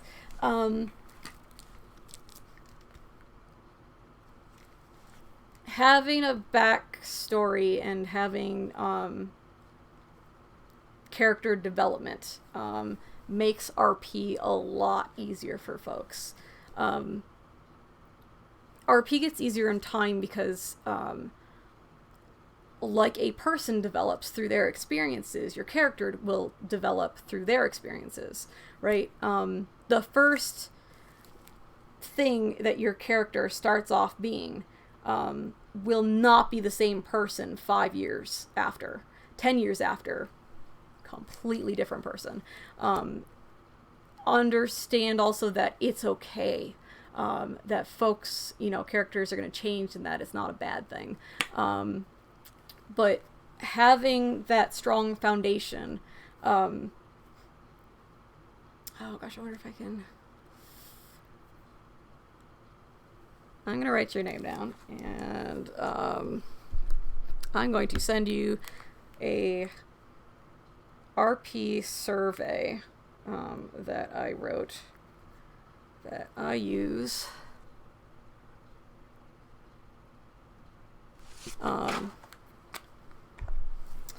for the Kingdom quest line that we're doing right now. It goes through a lot of character development thingies that a lot of folks don't really consider about their characters, and it can really help with that development.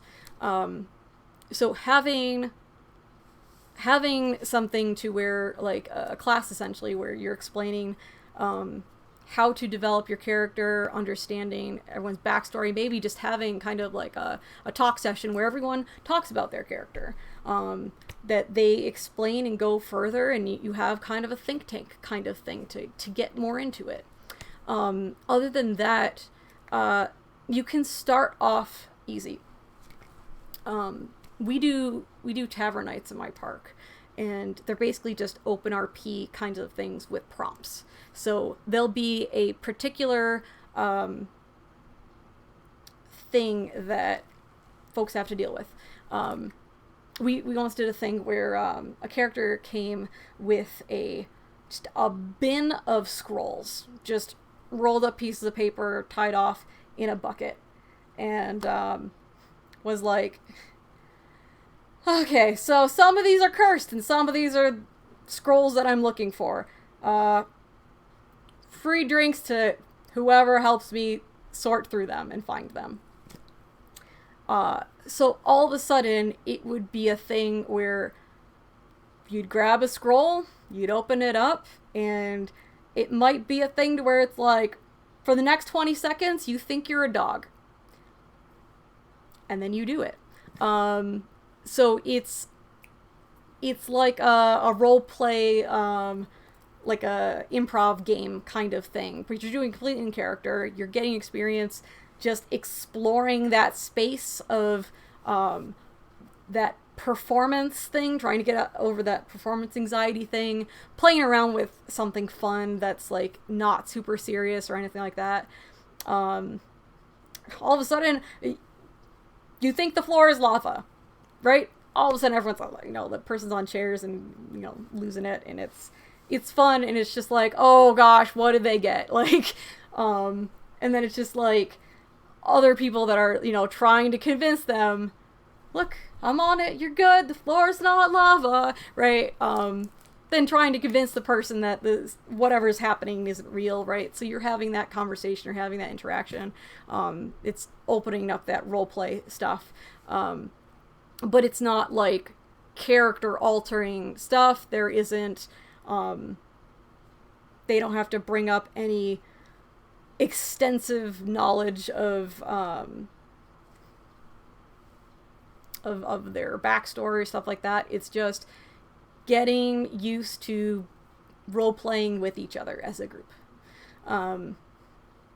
But also, one thing we also had on the scrolls, if you are not comfortable doing this, roll it back up and act as if nothing has happened.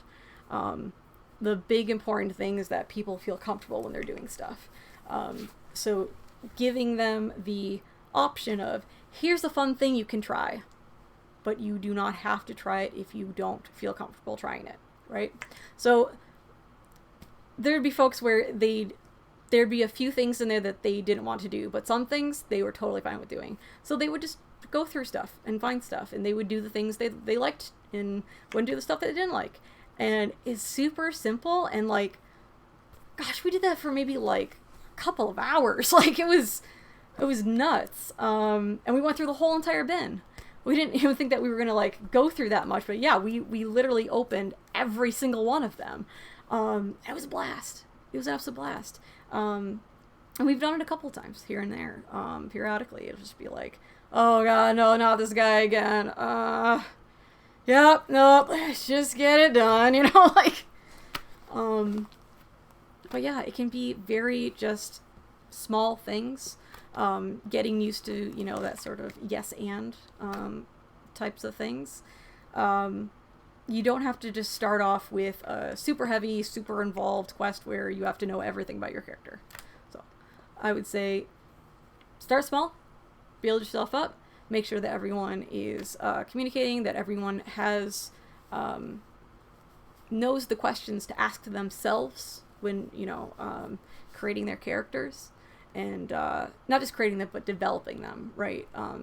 There are so many folks that have been playing the same character for many, many years, but have never actually like done a deep dive into them, that never really considered what their daily life is, right? When do they wake up? When do they go to sleep? What do they do from this hour to this hour?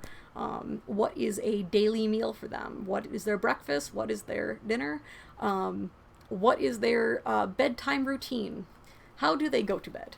Where do they go to bed? Where do they sleep? Where do they live? What their profession is? What is a daily work day for them? It's simple things like that that a lot of people don't consider. But knowing that and deciding that can really help you when you're in RP scenarios, and you have to all of a sudden answer a question, and your first initial thing is, how would my character handle this? What would they say? What would they do?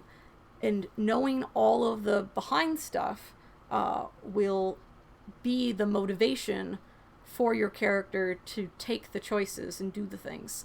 And it might be a thing of, I've never experienced this before, so I'm going to try this because I don't know how I'll handle this, and I won't know until I do it. Trial by fire. Just like we would, right? Us trying new experiences is going to be the same thing as your character doing that, right? It's okay to not have it 100% down, but it's about trying new things and getting comfortable in that space. I hope that answers the question. There's more contact info.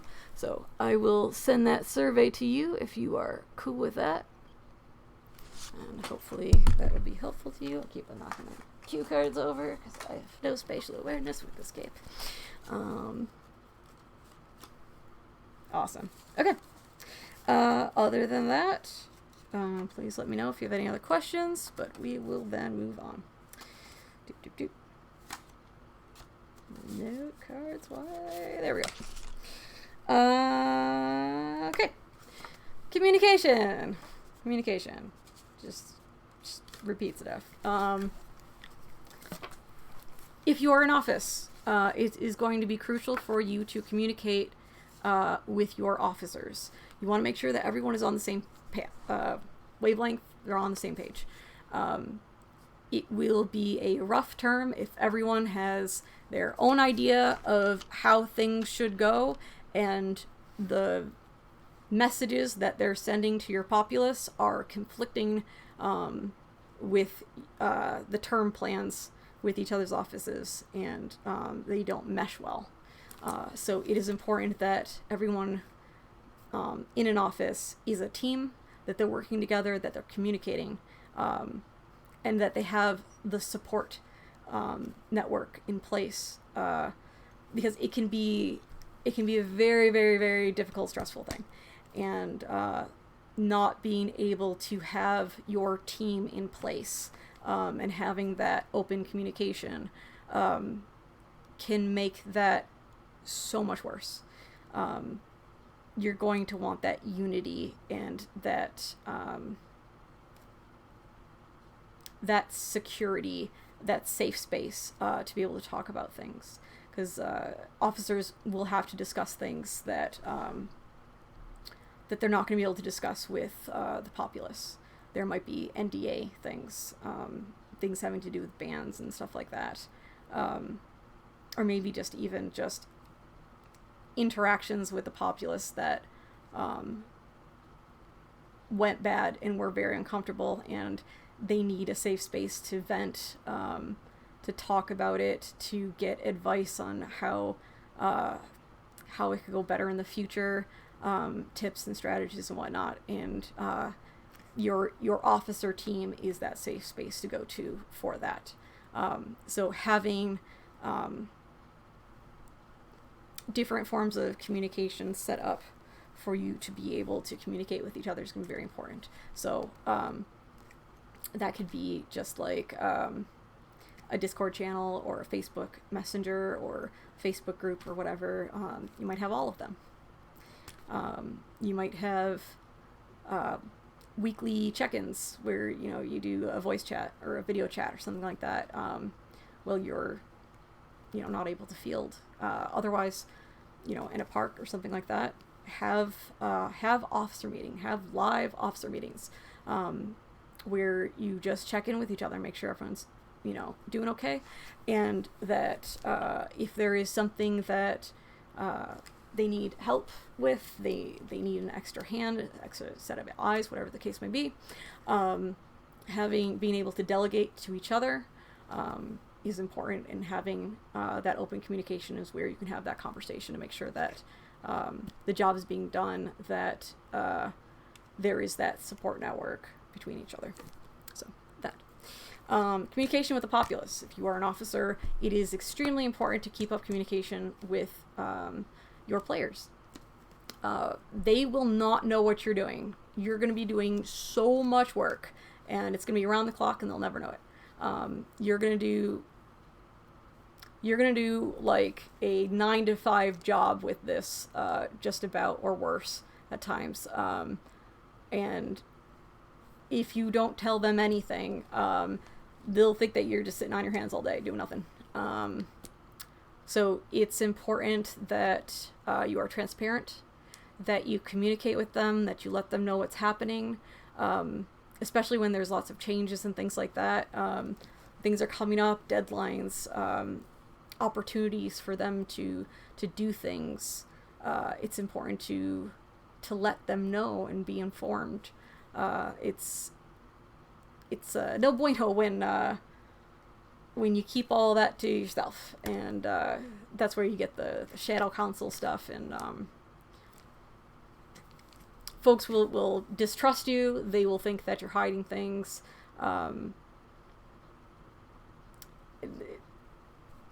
They'll imagine all sorts of nefarious things of what you could or could not be doing, just because you're not letting them know anything, right? You're not keeping up that communication. They need to know that you're there. You are in a leadership role, so lead, be there, be present, and just communicate, right? Be supportive, be available, and keep up that communication. Just gonna say communicate just a million times, because that's just across the board. It is crucial in all things. And not just all things, but like all things. How you communicate is gonna be super important. Text lacks tone. Goodness, I really hate communicating through text, for a plethora of reasons. One of them being that it lacks tone entirely. It's extremely hard to express your emotions and your feeling and your jovialness about one thing or your seriousness of another thing. A lot of times folks will read they'll read something in their head, the voice, it just sounds angry for some reason. It's a weird disassociation thing. So whenever possible, let your players hear your voice, see you. Have, when we're allowed to be in person, right? Have in-person conversations. Have town hall meetings, right? Where you sit down and you just talk with your people. Find out how they're doing, what they're liking, what they're not liking, what they want, what they need, and be open and receptive. It's going to be very, very crucial that you keep up that line of communication and you are open and available. And you are, there's a word for it. People will want to come to you and feel safe and secure doing so. You don't want your players to fear you, or to think that you are a gigantic jerk that does not care about anything that they say. You want to be approachable. Approachable. Hey, there it is. You are in a position to where you are in charge of their safety, their security, their enjoyment, their fun, their overall well-being. Take that just deadly serious. Be cognizant of that, and make sure you do the job. Do the job. That. The next thing with officer communication and things like that is going to be that real uncomfortable thing, bans. Snap bans are bad. If you hear one side of a story and you do no communication and you knee-jerk a reaction and you just go, oh, wow, okay, nope, you're banned. Nope, you were a jerk, now you're banned. That person may have stretched the truth or exaggerated something or misinterpreted entirely something.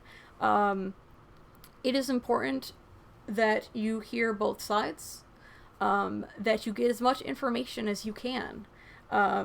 If there are people that witnessed it, getting that outside perspective that isn't a narrowed in tunnel vision viewpoint of a single individual. Now sometimes that might be all that you have, and you gotta work with the tools that you got, but a lot of cases it's going to be something that is going to be in the public where other people are going to see it and be able to give you a different perspective, a different viewpoint, because how people interpret information is very different. So how they register tone and body language. Somebody that's too close to the situation is not going to be able to know what their body language was in that moment, what their tone was in that moment. They may not even recall everything that was said or how.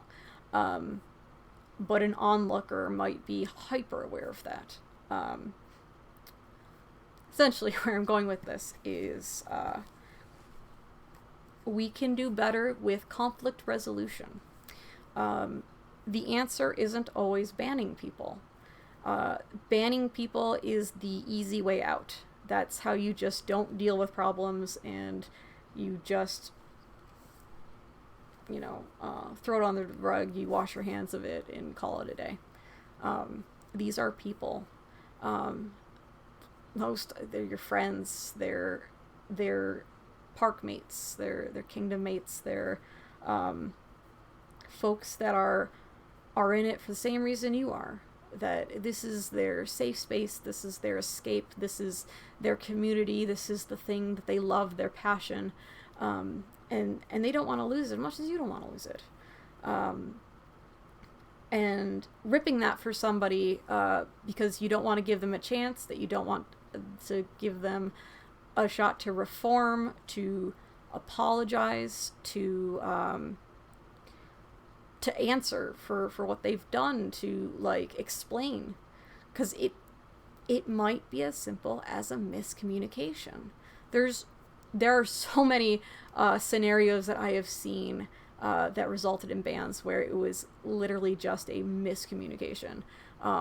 Sometimes it'll be a rumor mill thing where he said, she said, they said, and like none of it actually happened, and it was literally rumor mills that just went wild and got back to people, and they went, oh, this person said this about this, and this person said this about, oh, nope, none of them did. That was actually completely rumor mill. And then everyone gets banned, and no one should have been banned because that was all lies. Nothing ever happened, that kind of thing, right? Conflict resolution. Sometimes it will be a simple thing of just, you know what, I was in a moment and I knee-jerked and that wasn't fair to you and I messed up and I'm sorry. I'll be aware of it for the future and I will do better. That could be it. That could be enough to prevent a ban, to prevent a friendship ending, to prevent a giant rift in your park. Try to remember as an officer that psychologically speaking, bans do not simply affect the person getting banned. It affects every person that they're friends with, everyone that they are close with. Rumor mills will happen. With the lack of information that comes with bans because of what can and cannot be said, rumor mills go wild, and all of a sudden, who knows what the story will be in the end? Because folks will talk. They'll talk. They will, telephone game, and all of a sudden, there are mixed wires everywhere, and there will be a lot of hurt feelings.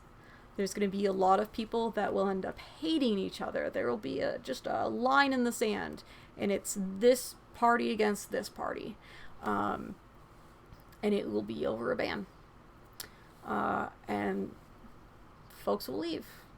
They'll be afraid of getting banned. They'll just be like, if that's all that took for them to get banned, oh, then I'm next on the chopping block. You know what? I'm going to go before they can get me. Like, it's this crazy spiraling out of just intensity that can happen if you just snap ban someone. Now, there's going to be some cases where that will be necessary. There's going to be cases where an individual is a danger to others, have done something horrific, illegal. And in those cases, your first concern has to be the protection and safety of others. And in those cases, yes, a ban that is snap will be necessary and justified. So what I am referring to by these other things, these conflict resolutions, are simple disagreements. This person said this and I'm offended. This person hurt my feelings. This person snapped at me. This person raised their voice. We oh gosh, there's so many bans that don't need to happen, and there are so many relationships that could be mended and improved, and the overall health and well-being of your park, mentally speaking, can be so very much improved by open communication and conflict resolution. As an officer, there will be red flags. There'll be you'll be present, you'll be hearing folks doing rumor mills on your field. Step in when that starts happening. If it's between players of your park, pull them in, have a sit down to be like, okay, hey guys, what's up? Talk to them first separately. Have to press this. Great. Pull each aside. Go, hey man, what's up? What's going down? What, something happened? What? I heard this. I wanted to hear it from you. what's going on. Find out the story. Figure out what happened. Because sometimes it'll be this small slight that was unanswered or whatever, but it's held on to. And then every little thing starts just expanding, and all of a sudden there is resentment building, which turns into hatred, which turns into rage, and just all sorts of possible repercussions that can come from very simple, tiny things. Resentments and grudges can be held on for very long periods of time and can do significant damage. And if not addressed, can compact into a much larger problem. So once you see that there is butting of heads between players, step in, figure out what's happening, and get that open line of communication going as soon as possible. Because if you can hit that off right up the bat, you can prevent a lot of drama that will come from it. It's going to be crucial that you keep up that communication with your park mates. I have seen so many parks die because of tiny little slights here or there that turn into much bigger, gigantic issues just because folks didn't talk with each other. They talked with everybody else but the person that upset them. So be the moderator, be the person that steps in and figures out what's happening. And then if you can do it, get them to come to that same table and talk it out. It can save your park. Quite frankly, it can save your park. So many times it'll become a giant rift where half the park will leave, and then there won't be enough players to sustain games, to sustain activity, and it will be such a morale hit that another half goes, and then what's left is not enough people to function, and then their morale goes, and then they don't have the drive to pull in new players, and then they eventually leave as well. I can think of like 5 parks off the top of my head just like that, that I've seen this happen to. It is a thing that happens over and over and over and over again. And it's the same warning signs every time. It's the same repeated behaviors. Madness is doing the same thing and expecting there to be a different outcome. That's what we do. We do that in spades. We watch all the parks before us do this. If you've had a mass exodus of players, think back. Was there a butting of heads of 2 individuals that spiraled out of control, and then there was a giant rift where everyone picked sides, and then one of those sides left? It happens a lot. It happens a lot, and it doesn't need to happen. If you can catch the warning signs and you step in and get that conversation going, you can stop this. You can stop this from happening. Now, some folks will not be willing to forgive others, and right. You can lead a horse to water. You cannot make them drink. But also, if you can, drink. So, just repeating stuff at this point, because it's just so important. Please talk to each other.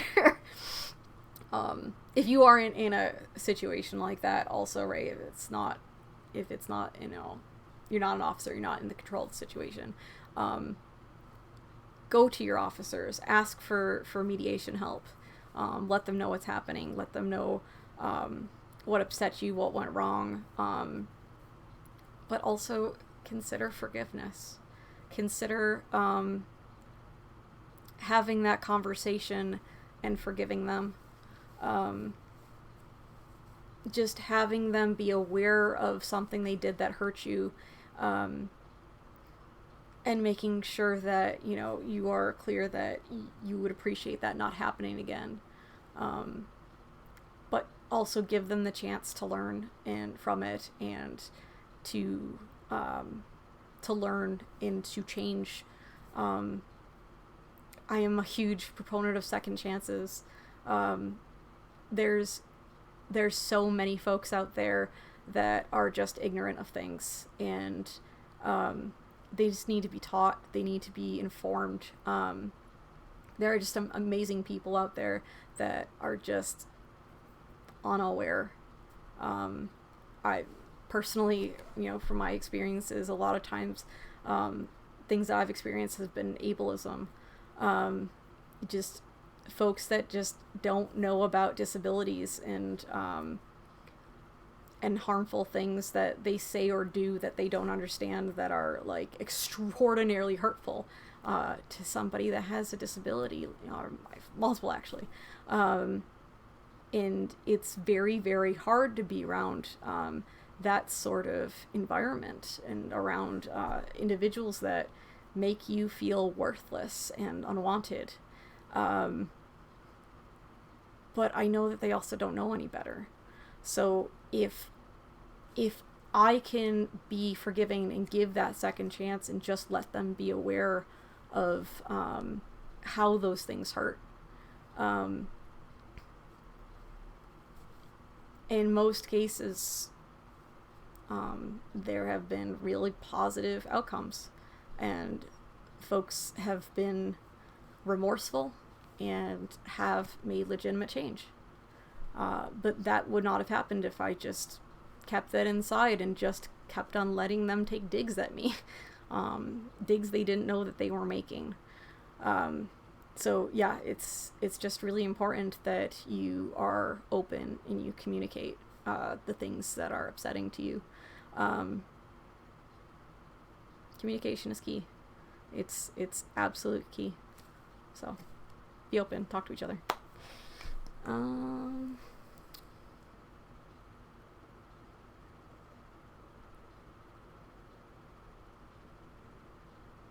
Yeah, I'm just gonna read this one out. Jeet, you are absolutely right. Morale of the seminar. Please, for the love of God, talk to each other and have empathy. That's it. Is it over here? It's coming out over here. That's it.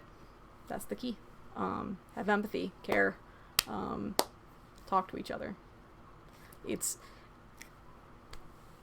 mentally, it could be super intimidating. You might think, oh my gosh, they're just not going to take me seriously. They're going to not. If you get into your own head and you go through all the scenarios that it could go wrong and bad, it will be worse if you never try. Have faith, have courage, and take that step, because it will end up being better in the end. Because if you say nothing, nothing's going to change, and you're just going to keep on being in those experiences over and over and over again. So don't do that to yourself. Okay. Are there any questions on that topic before we move on? Again, if you have any questions, please feel free to throw those up in the Twitch chat, and please tag me, or in our Discord again. Also, please sign in if you have not yet. Please go to our Discord to sign in, and if you are from a visiting kingdom, and you do not have access to our Discord for some reason, you can just put in chat your kingdom, your park, your orc name, and your credit. Please and thank you. Okay. If there are no questions, we will move on. Next card. Cards for days.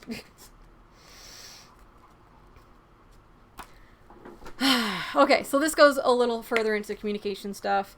Online and social media. This is a heck of a thing.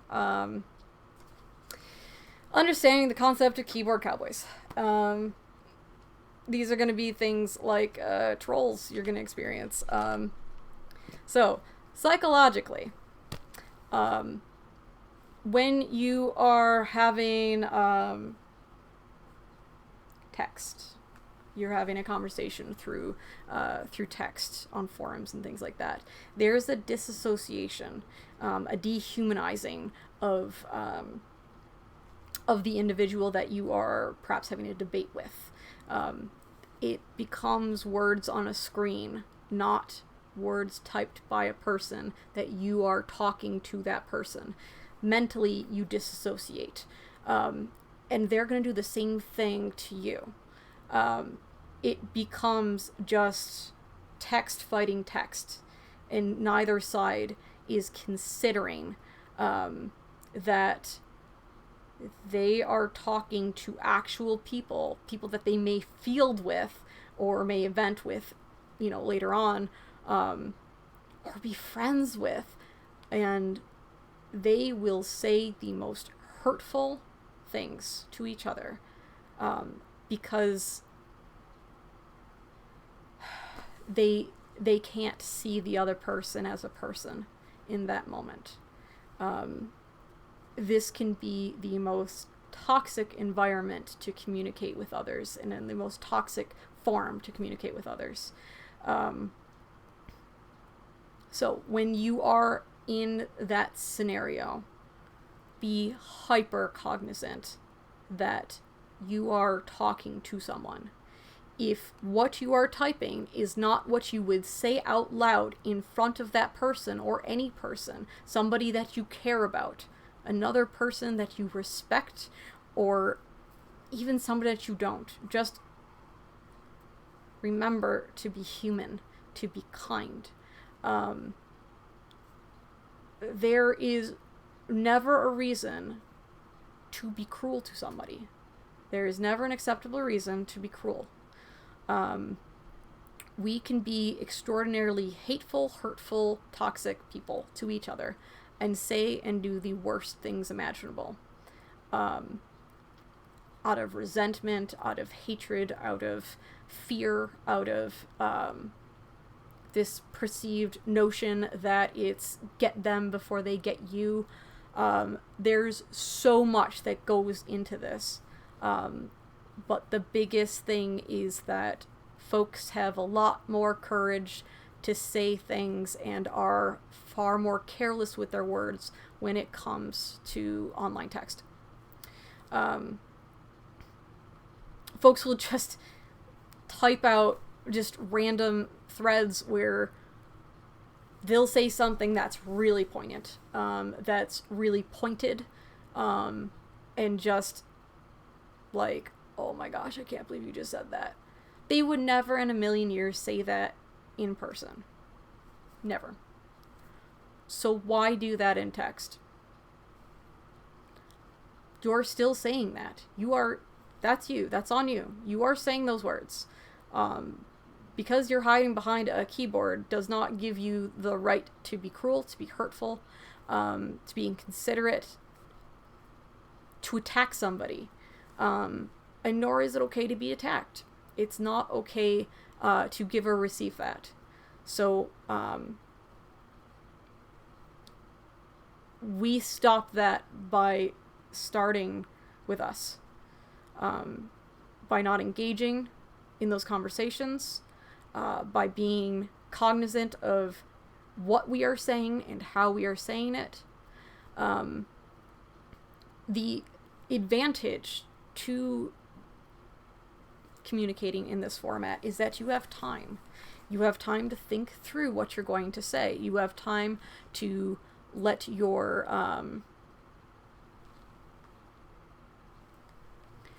emotions settle. The first thing that's going to happen is you're going to have a knee-jerk reaction. You're going to have a sudden, intense, right? Do not immediately type in that moment. That doesn't go well ever.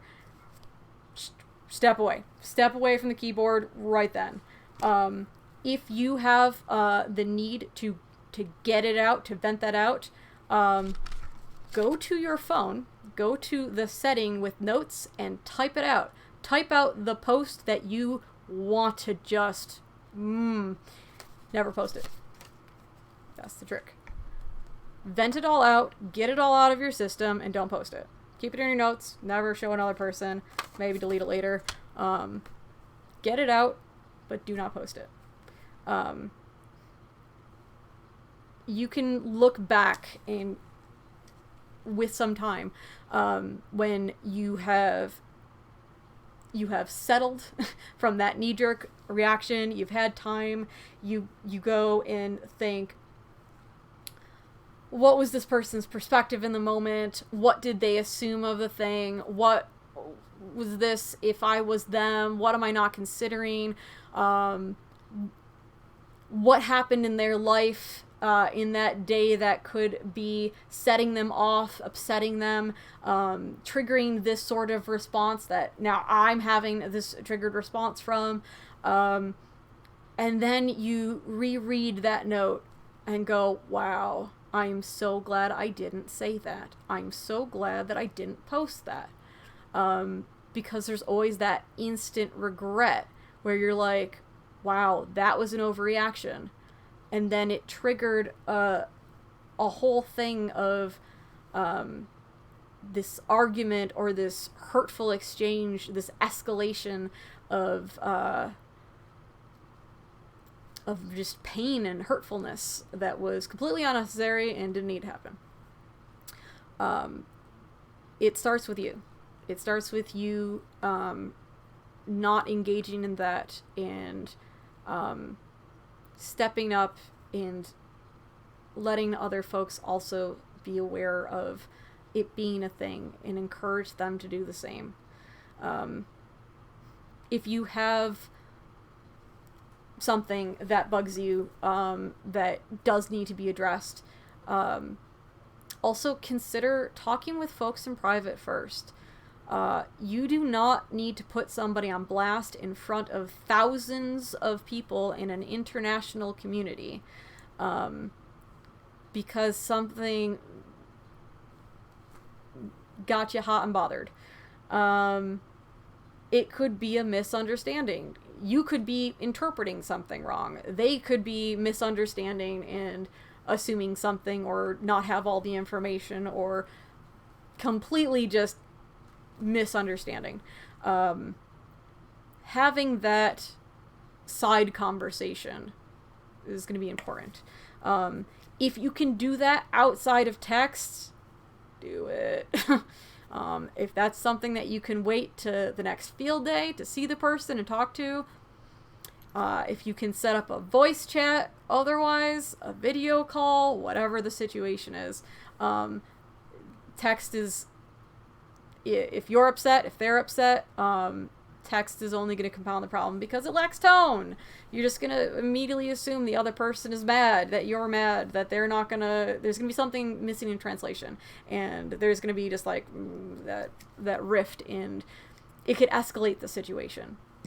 But I will tell you for sure that there will be nothing worse than putting somebody on blast in front of everyone. You are going to hurt them so bad. That's how, social anxiety and things like that, being a social pariah and attacked, and other people are going to just jump on the bandwagon, and it's going to be this compacted thing of just attacks. And the whole entire thing could be a misunderstanding. Something that was misconstrued or not clear, and somebody took a comment the wrong way or thought they said this or that, or again, rumor mill. And all of a sudden, you've just attacked somebody and then encouraged all of your buddies to then attack them, and their buddies attack them. Why would that person want to play this game ever again? Why would this person ever want to communicate and open and be with you ever again? Why would this person want to be in office and volunteer their time, effort, insanity to this game? That's something to consider if you're about to do something like that. What is the repercussions? And consider not just bannable offenses, not just creating a hostile environment and attacking somebody. Real uncomfortable chat right here, and I'm gonna just stream trigger warning, please. There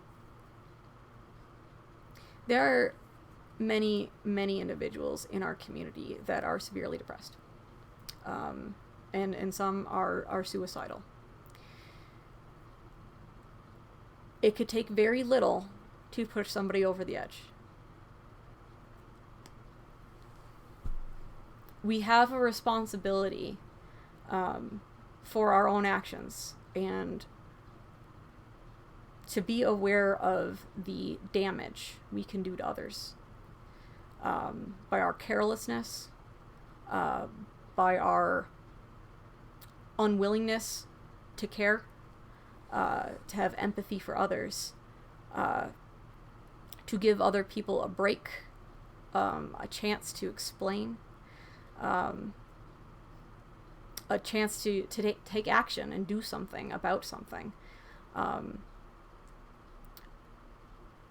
But a knee-jerk attack of somebody on an international stage in front of thousands of people, where a bunch of strangers will then jump on that and attack somebody they've never met, and they have no idea what that conversation actually did happen or didn't happen, what the truth and the particulars of that, and the dog pile that happens on there. If you are the one that starts that, if you are the one that jumps on there and contributes to that, understand that you do not know their private life. You don't know their mental state. Understand when I say that there are repercussions for your actions, for what you say and what you do, and a responsibility for them. I mean that in a deadly sense. I could not be more serious in these words. Please do not risk the lives, the sanity of others because you were miffed about something and you thought it was your right to put them on blast.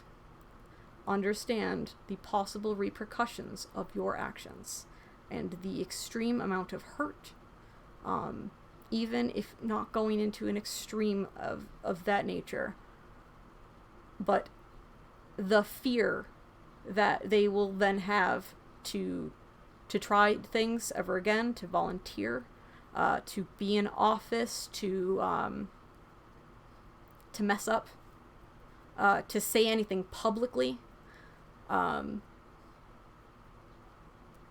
It can spiral out very quickly. We have a responsibility. So, ooh, heavy. I know. I'm sorry.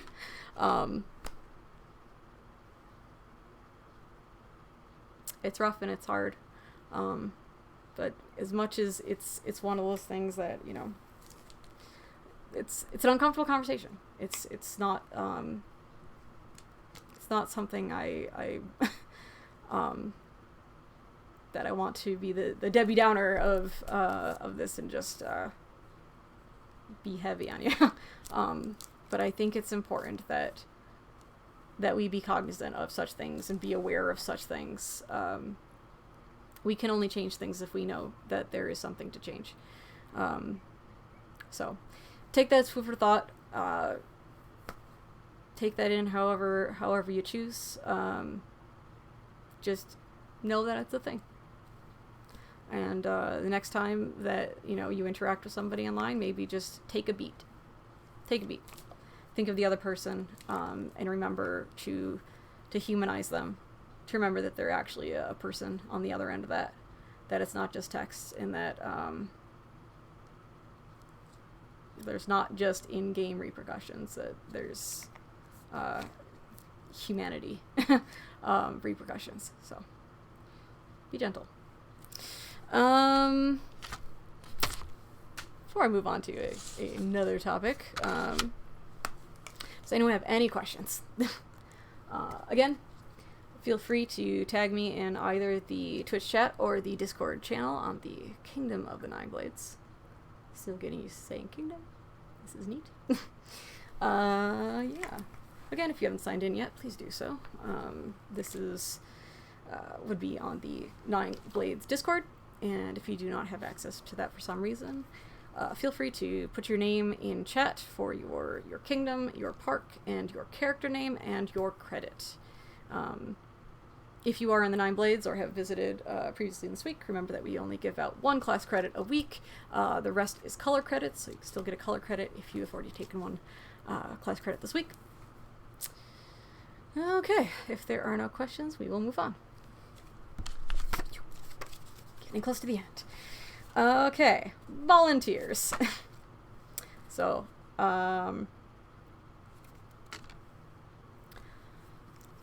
it is very important for folks to understand that they should not have unrealistic expectations of volunteers. They are not being paid. They may not have training in the thing that they are doing. They may be just somebody that cares and is trying their best. So having, be lenient, be understanding, give them time and space and understanding, be gentle with them, and try not to have unrealistic expectations of them. This is also huge for your officers. Give them a breath, give them a break.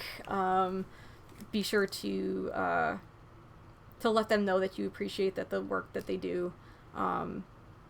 Again, for those that have never been in office before, it's like a 9-to-5 job, but imagine like going into 4 a.m.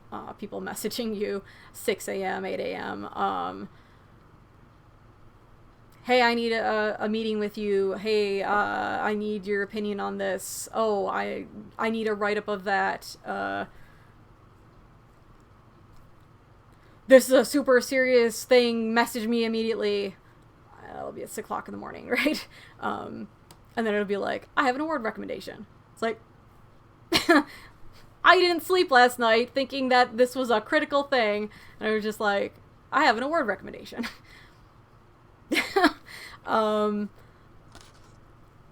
Understand that there's also 20 other people also doing that in the same day as you. They are not there just to serve you. They are taking care of a wider range of individuals and a wider range of jobs in positions and paperwork and phone calls and emails and public relations and conflict mediation and dealing with NDAs and a lot. Dealing with other officers, they're dealing with the populace, they're dealing with silly petty things, they're dealing with keeping track of award recommendations, they're dealing with getting scrolls and cornets and all sorts of things made, right? Like, they do a lot that you will never know about, and it's around the clock. It's quite literally around the clock, and it's everywhere too, right? Folks are asking things of you in person. They're doing it in Discord, on Facebook, on Zulip, like phone calls, text messages, emails, and it's around the clock. It's literally around the clock. Be realistic with your expectations. Be understanding, give them space, and give them time.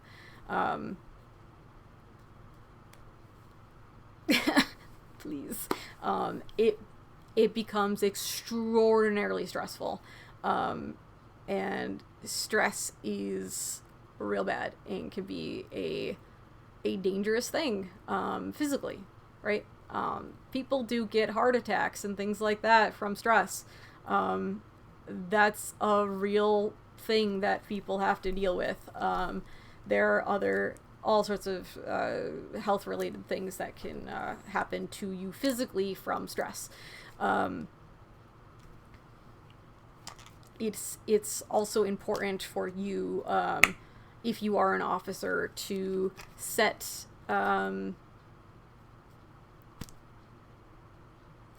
boundaries. Be clear with those boundaries. It might be as simple as your work hours are this to this, and anything after this point that isn't an emergency or time sensitive, that you will deal with it in the morning when you wake up. But from this time to this time, you're off the clock. Things like that, right? It's going to be important that you pace yourself, that you are know the job that you're signing up for. Don't volunteer for things. Don't say yes to everything. Take on only as much as you can handle. If the job is this, and you know that this is all you can handle, don't take the job. If you cannot handle the job, do not take it. Be realistic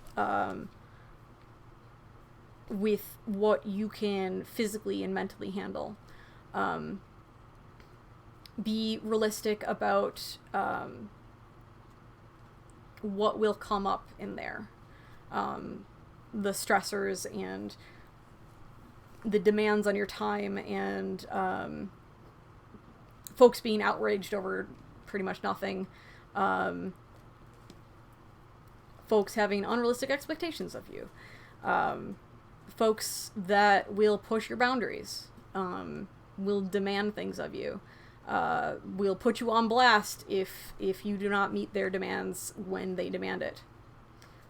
Those are possible things that can happen. Again,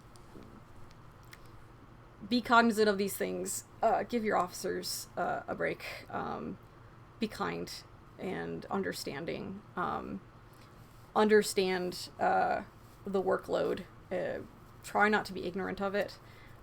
If you're ever curious about what that job is, if maybe you're getting salty, going like, oh my gosh, I don't think this person is doing their job, talk with them, ask them what the job is like. What is it about? What is your day like? You might be extraordinarily surprised with what they do. Now, some folks, they can handle all that, and that's not a thing for them, right? They know their stuff, and they're able to let stuff roll off their back, whatever. But not everyone's going to be in that situation, and especially first-time officers are going to have a really rough time. So if you're noticing something like that, offer to help. If you've got the free time and the knowledge and experience, lend a hand. Also, for officers, understand that there is such a thing as delegation. You don't have to do everything yourself. It just has to be done. It has to be done by somebody. So delegating is going to be your friend. If you get in over your head, don't try to just rush it and do it all yourself. You go to your fellow officers first and foremost. Let them know what's happening, and ask for aid. Other than that, right, you could take on a Chamberlain. There are other folks that are willing to volunteer in other aspects. Somebody might be able to, maybe make a survey for you, or, keep track of this or that. Look into this. Ask this person this or that. There are a whole lot of tiny little things that pile up on the job. Also, just sort of a pro tip for officers. Do not procrastinate. Get things done as soon as you can when they come up, because they don't go away. They just get more. So if this seems like a lot right now, not taking care of it is going to make it a lot worse later down. So do it now. well, you can cross it off and clean your slate. It is better to deal with things quickly and promptly before things compact and get out of control. It is important also, however, that if it becomes too much and you can't handle it, drop out. The longer you take to step down from office, the more work that the person replacing you will then be stuck with. It's like a debt, right? Because those jobs still need to be done. Now it's this plus everything that's going to grow from that point. So be considerate of your replacement and hand it over when it's still manageable. And again, don't go into a role expecting to delegate your entire job, because at the end of the day, it's your job and you should be doing as much as your job as possible. It's yours. You signed up for the position. There is a list of things you are responsible for, and you saying, I am running for this position, is you agreeing to do the things and making sure that they're getting done. If you do none of that, then that's not really the role for you. So it's understand that the job is yours and you are responsible for it and you should be doing it. But if things get too much, that's when you delegate. Yeah. So that, what else is there? Right.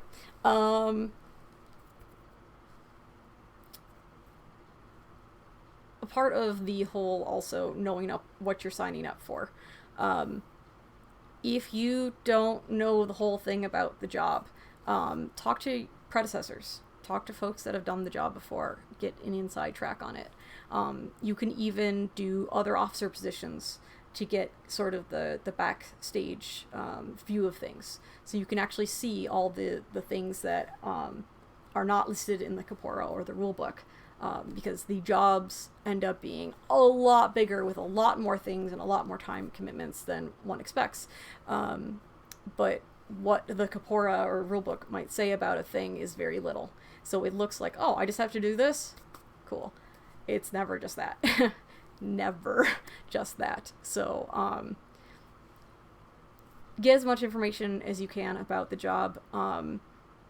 Also, depending on what it is, right, you can ask to be a chamberlain for the term before.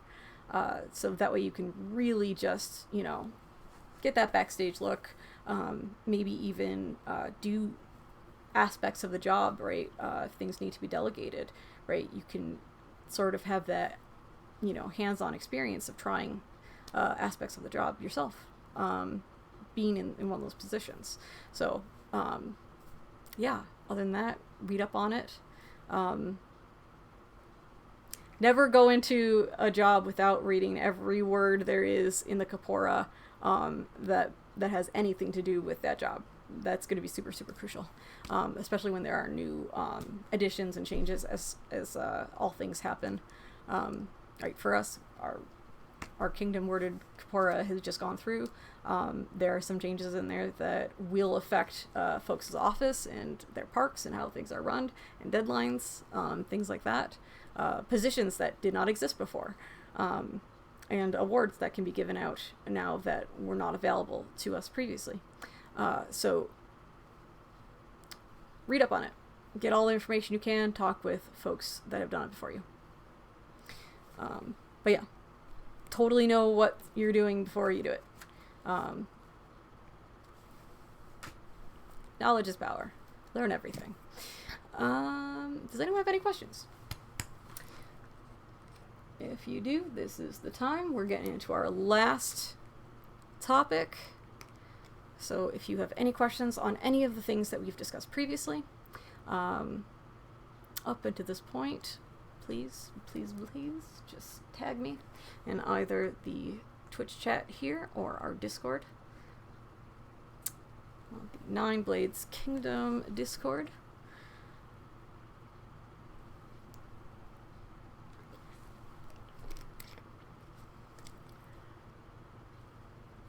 Okay.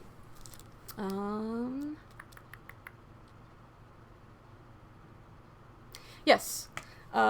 This is being recorded, so a link to this class will be available after the class is done.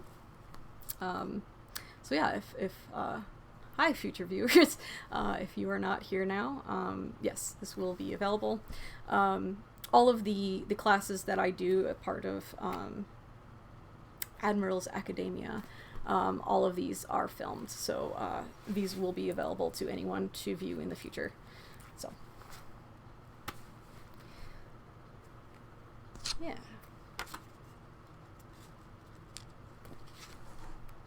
Sounds good. Okay, so we're getting into our last topic now. If there are no other questions, and there does not appear to be. Okay, let's finish up.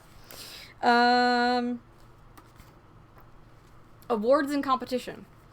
Oh gosh. So let's start with competition. Competition can be good if it is healthy competition. Competition can be bad if it becomes a super negative thing to where it is affecting someone's mental state extremely negatively. If the stressors are becoming debilitating. As folks that run competitions, things to be cognizant of to help alleviate that. Remind folks that these are not the only competitions, that if you do not feel prepared, or you're not in a good headspace, or whatever the situation is, maybe you're not physically or mentally in a good place. Now, this can be either martial tournaments or ANS tournaments, or things even like Phoenix League. It's going to be important to remind them, hey, we're going to have this every X amount of months. You don't have to do it right now. You can wait, hold off, do it when you're in a good space to do so. You are not required to have to do this right here, right now. Remember, there are other options. You can hold off, right? If you can see somebody's really spiraling in under the pressure, which a lot of times it'll be their own pressures that they're putting on themselves, their expectations, and them sort of just getting into their own head, doubt and concern and all those things, personal stressors. Then as the person organizing it, especially like if you're an officer or something like that, have that chat, step in, make sure that they're okay, and, you know, again, remind them that there are future ones. They don't have to do this right now, and advise them on future things. It will not be good for them if they try to push themselves and they run themselves into the ground, trying to prepare, or have such high expectations for themselves that they'll spiral out mentally. It will be a thing to where future competitions will not be realistic for them, especially for first-time competitors. You want to make sure that they are in a healthy headspace, and a physical space as well for martial competitions. It's okay to have hyper-competitive situations for those that can handle it, but it's going to be important that you support those that cannot handle such situations, and also knowing that sort of culture and thing is not a requirement to play this game. That is for specific goals and specific wants in this game. So it is by all means not a prerequisite. Other than that, when you are dealing with individuals in competitive settings, it is important to be encouraging. If you are a competitor, remember good sportsmanship. Support those, be a good winner, and be a good loser too. It will help you psychologically be able to handle the environment and the pressures if you are able to have that dialogue in that that sportsmanship, right? I know I've been in competitive scenarios with like Phoenix League, where my team would have a compliment off with the other team, where it would just be like, yeah, well, you are the most polite team I've ever met and just amazing, so there. Right? And it would be this, like, supportive and kind of comedic thing. And it was just a blast, just, like, right? Keeping everything very jovial. And it was a very competitive atmosphere. But it eased tensions extremely. To be able to have that sort of icebreaker, that sort of communication with the other team and everything. Again, it comes into that sort of... you don't want to dehumanize or deconnect from your competition, right? Remember that they're your friends, they're your buddies, they're your, your colleagues in this, your park mates, whatever the case might be. They're not your enemy, right? Try to consider the concept of, like, competing against yourself. Try to be better than your previous self, and have that be your first and foremost goal going into a competitive environment, so that you don't get an obsessive sort of mindset that you have to win to have value, that success is only made by the conquering of another individual, right? For ANS tournaments, right, focus on getting a higher score than the last time you went in. Not trying to take Dragon Master, beat this person to this person, right? Give yourself realistic goals, because if you go higher, right, you end up doing better than you were expected. That will do so much more for your self-confidence and your psychological being, to be able to achieve more than you were hoping for. So giving yourself smaller goals to hit will keep you in a more positive mindset when in a hyper-competitive situation. Again, when you're doing something more like martial, right, consider goals like feeling, right, making sure you did a good warm-up, that you didn't let the adrenaline of that first engagement get to you, right? You were prepared, that you trained, that you had goals, right? Maybe your first goal is just to make it out of the first match, right? Get your first streak. Start real low, right? Don't go into your first tournament and be like, my goal is to win this whole thing. That is an unrealistic expectation to put on yourself. If it happens, hey, that's amazing. But keep smaller goals and have them go as you progress in your given field. Give yourself smaller things that are more attainable and have them grow. Yeah.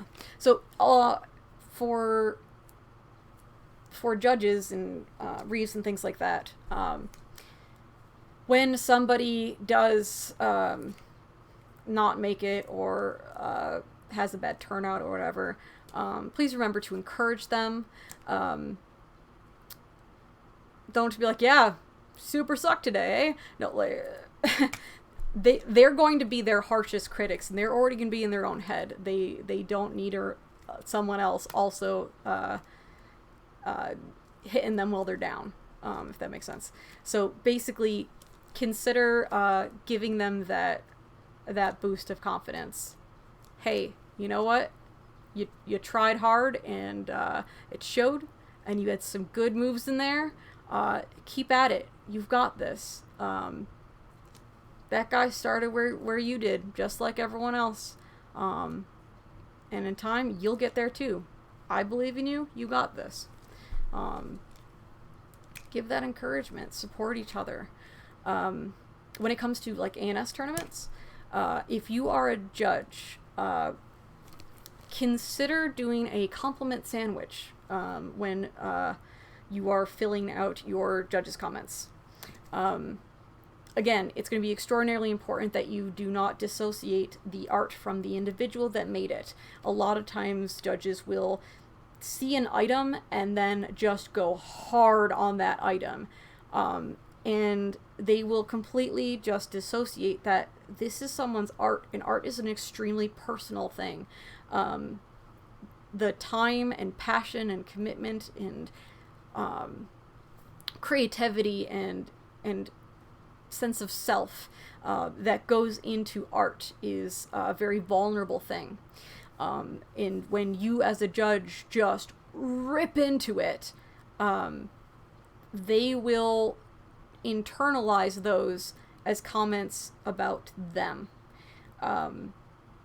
They will get so far into their own heads that some will never craft again, let alone compete. It can be that damaging. Quite literally, I've seen a lot of crafters and talked with a lot of crafters that were just extremely skilled and extremely passionate individuals, and some that had just extreme potential as well, that just gave up real quick out of the gate because of their first tournament was so demoralizing that the comments just made them feel absolutely worthless, and they just lost all of their passion for creating. That's possible, so be aware of that and try to be considerate. So quickly, what the compliment sandwich is you start off with a compliment, right? Thank you for entering. Thank you for presenting this to us. I really liked your use of this. I thought this was a creative spin on this. This was a great design.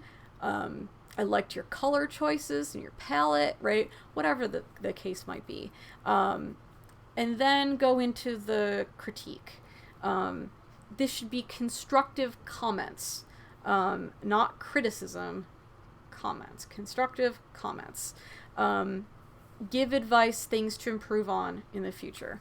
Like, this was really good, but if you would like for this to be a little cleaner, maybe try this tool or this technique. This might help you in the future deal with these types of marks or this sort of thing.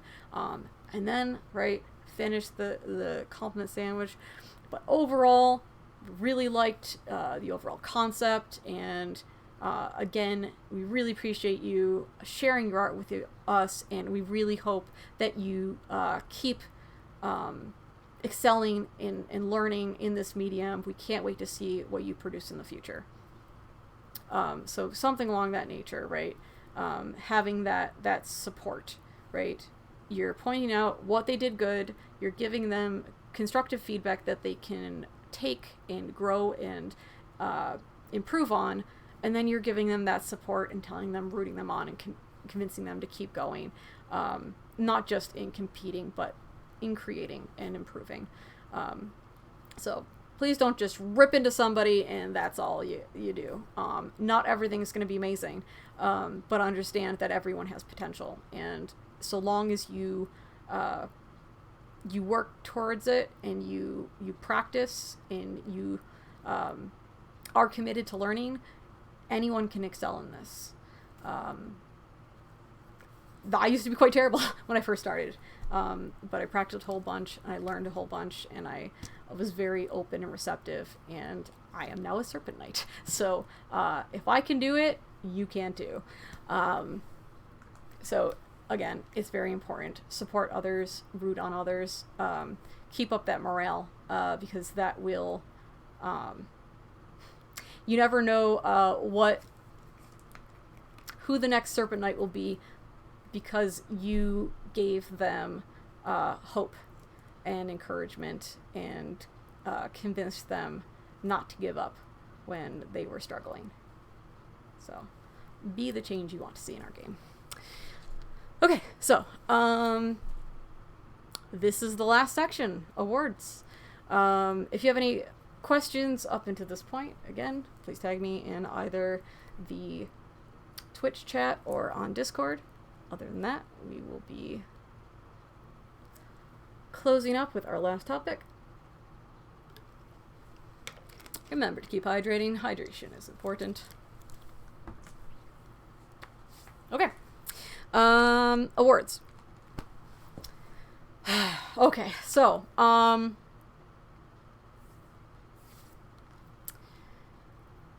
it will be better to give an award that just like, oh, I'm not entirely certain, but like, the work is sound, but could teeter. It's gonna be better just to give it to them. Mentally speaking, most folks that get awards like that will grow into it, and they will want it earned hard, and they will keep going, and they will keep creating, keep doing things. But if there is a teeter and you don't give it, that could be enough for them to throw in the towel. It's like one of those, like, consider who are you hurting by giving it kind of thing. Try to be realistic, and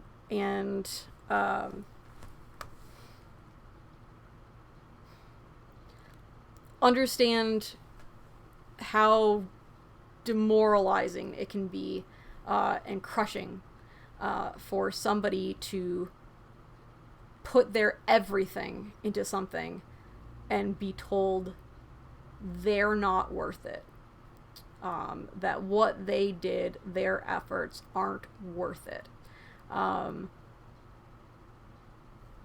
We have so many folks that are amazing fighters and artisans and leaders and volunteers, that put in their heart and soul into this stuff. And a lot of people get overlooked. A lot of people get put down and ignored and pushed aside.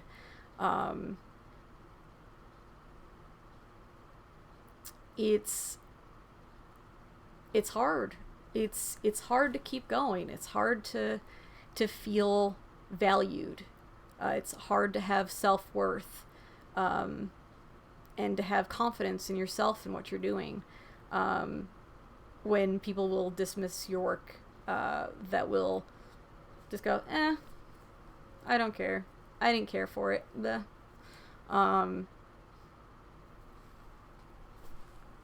There's some folks that will be pushing for a thing for many years, and will be denied for very silly reasons. Be the change you want to see in this game. Leniency is important. Having a heart. Being realistic with your expectations. I'm not saying just have no expectations and have no oh goodness, what's the word for it? Standards, right? There still has to be a realistic effort put into it. It should be appropriate for the level that they're doing. But overall, I think there's not enough attention on someone's personal ladder. It's more complicated for martial awards, for sure. That's sort of a different beast altogether. But for the other ladders, I think folks compare each other's ladders too much to each other. Realistically, when you're an officer and you're considering somebody for the next thing, just look at their ladder, look at what they got previously, and consider, have they improved? Has the scale of the thing that they've done gotten bigger? Has it gotten cleaner? Has it been more effort and work and commitment and skill, right? Gone up as you go, right? If that's an obvious yes, hand it out. If it's not, then consider a couple of things. Let them know why, right? Don't just deny an award. Give them advice on what to do to change it, right? And it might be as simple as make a set of this. So this is still solid. This is good. But just add on to that. Make it a collection. If you execute it the same way you do this, you got it. Right? If there's a single thing and it's not quite enough, consider a collection of the work that is similar to that type. And that goes for, different ladders, right? Not just things like art, right? That can go for service and office and things like that. Also consider, like, if somebody does multiple things, right? If somebody's autocrating a ton of events, maybe the one event by itself isn't enough, but doing a couple of them, or a few, or a whole year of that, right? Like, consider the collections of things.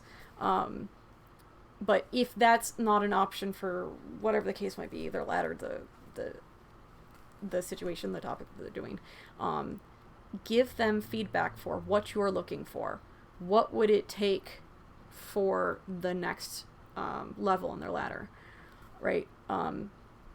Be able to have that conversation, because if you can't tell them what they need to do to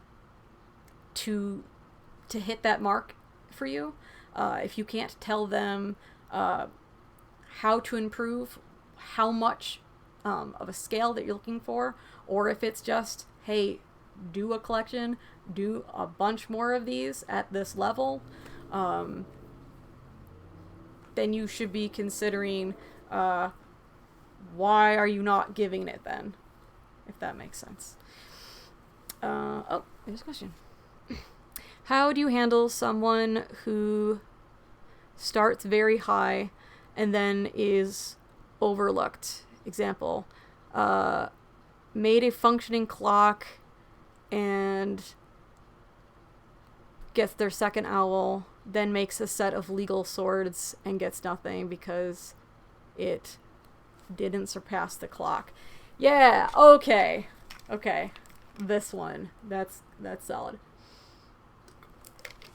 If you are an officer and you get something that has multiple parts and things like that, clock's a little, but we can work with that. Subdivide it. I guess for the clock. Consider the casing as one thing. Consider the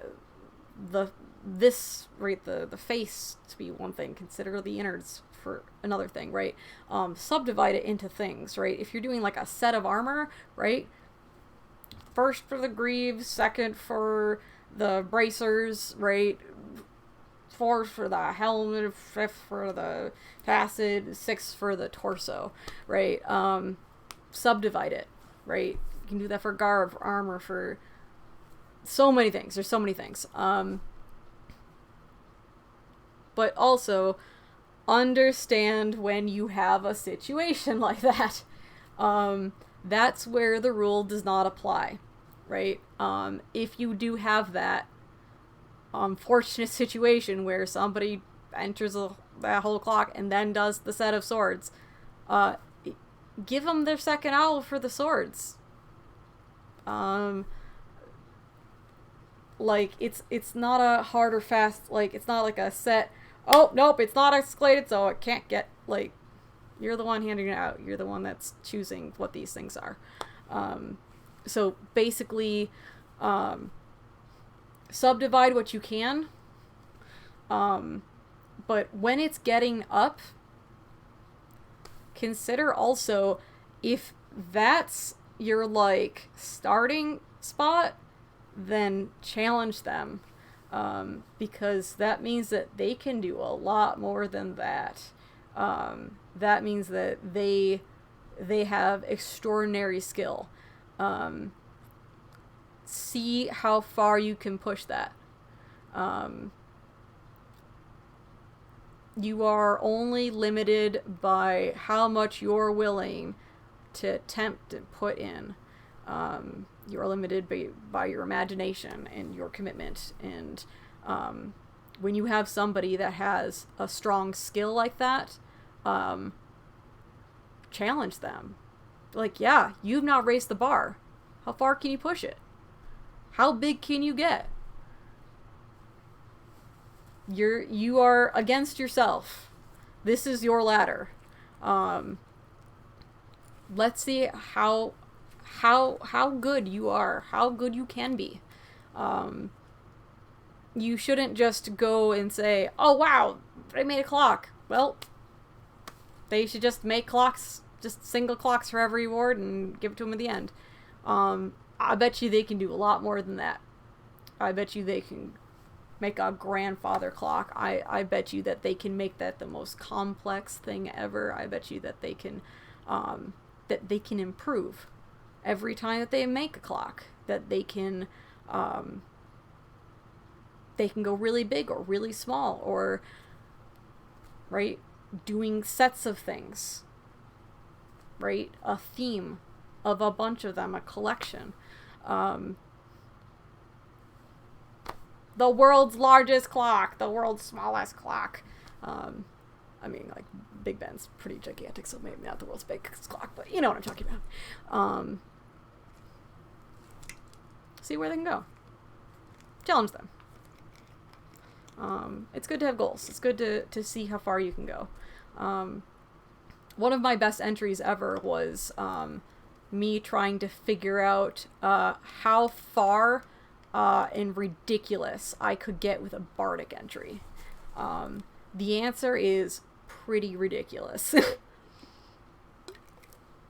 Was it realistic for any other person to ever do or attempt? No. Hard no. I basically did a show. Like, oh gosh, I went so far. If you were at Keep Olympiad, I was the one that did the Into the Woods show thing. I was the witch. So I made all the costumes myself. I was the witch. I did my own prosthetics. I did my own wig work. I made the stage setup thing, the collapsible stage. I had an 8-page essay on how I did everything, all the character relationships, all of my directorial and character decisions and garb decisions. I had a swatch book with all of the fabrics used for every character and showing the color correlations between character relationships. I had a time-lapse video of me putting on the prosthetics. And all of these were on scrolls that, like, my write-up was a scroll with a seal that was in a painted box to fit with the show. And, like, even the DVD had a custom, like, cover on it. And I had a portable DVD player, and I had a box that was also painted to fit with that was inside. And there was, like, sculpted things inside. I learned pyrotechnic magic trick for the show. I made all of the props. Like, it was nuts. It was totally nuts. And I belted my brains out, and it was a blast. The choreography, the direction, everything. I did all of it. And that was for a bardic entry. Just because I wanted to see how far I could stretch it. How ridiculous I could go. It was pretty ridiculous. It was a blast, but, like, yeah, that's not a normal expectation that I would expect anyone to ever do, right? Yeah, like, you are only limited by how far you want to push yourself. You can do some crazy stuff. Like, some crazy stuff. Yeah, play around with it. Try things. Just play around with try things. And don't get in your own head. Don't limit yourself. And don't look around at others going, okay, I need to do that. Or, I only have to do that. Right? That's the worst one. Just like, oh, well, if they get their this for this, then, oh, I only have to do this and I'll get the same thing. No. That's not how that works, right? Your ladder's your ladder, and you should be trying to up yourself, right? be better than your previous self. That should be your goal in all things, really, in all things. Just compete against yourself. Try to see how much you can grow and how much you can learn and how better you can be in your own thing, in any aspect of this game. Try to beat your previous self. But if you just constantly look at everyone else around you and not yourself, you'll go mad. You'll become jealous and resentful. You'll become obsessive. You will be disheartened every time they get something that you don't. You will put your self-worth in your work. You will not see the value of your hard work and determination and skill. There will always be somebody better than you. There's people that are better than me. I'm well aware of it. And that's okay. But I know that I am better than I was. I know that I am still growing in everything that I do in this game. When I became a serpent, I didn't stop doing things. I didn't stop pushing. When I did the Keep Olympiad, that was after I was a Serpent Knight. You don't just stop once you hit that, that bar. And you shouldn't, right? It's not about the paper. It's not about, the title. It's about your own personal growth and your successes and what you can do, your limits, right? You can be limitless, but it's a choice. You have to actively choose to keep trying, to keep learning. You never stop learning.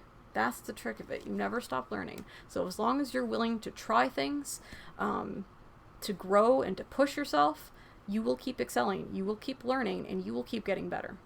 But that you have to want that. You have to choose that. No one else can do that for you.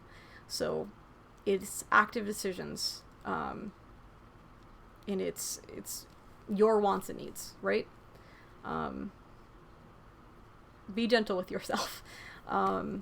Be realistic of your expectations. But set goals for yourself too. And try things. But yeah, be patient. I think that's the best advice I can give for that. Other stuff, just for award stuff, be aware of buddy hookups. Try to avoid them as best you can.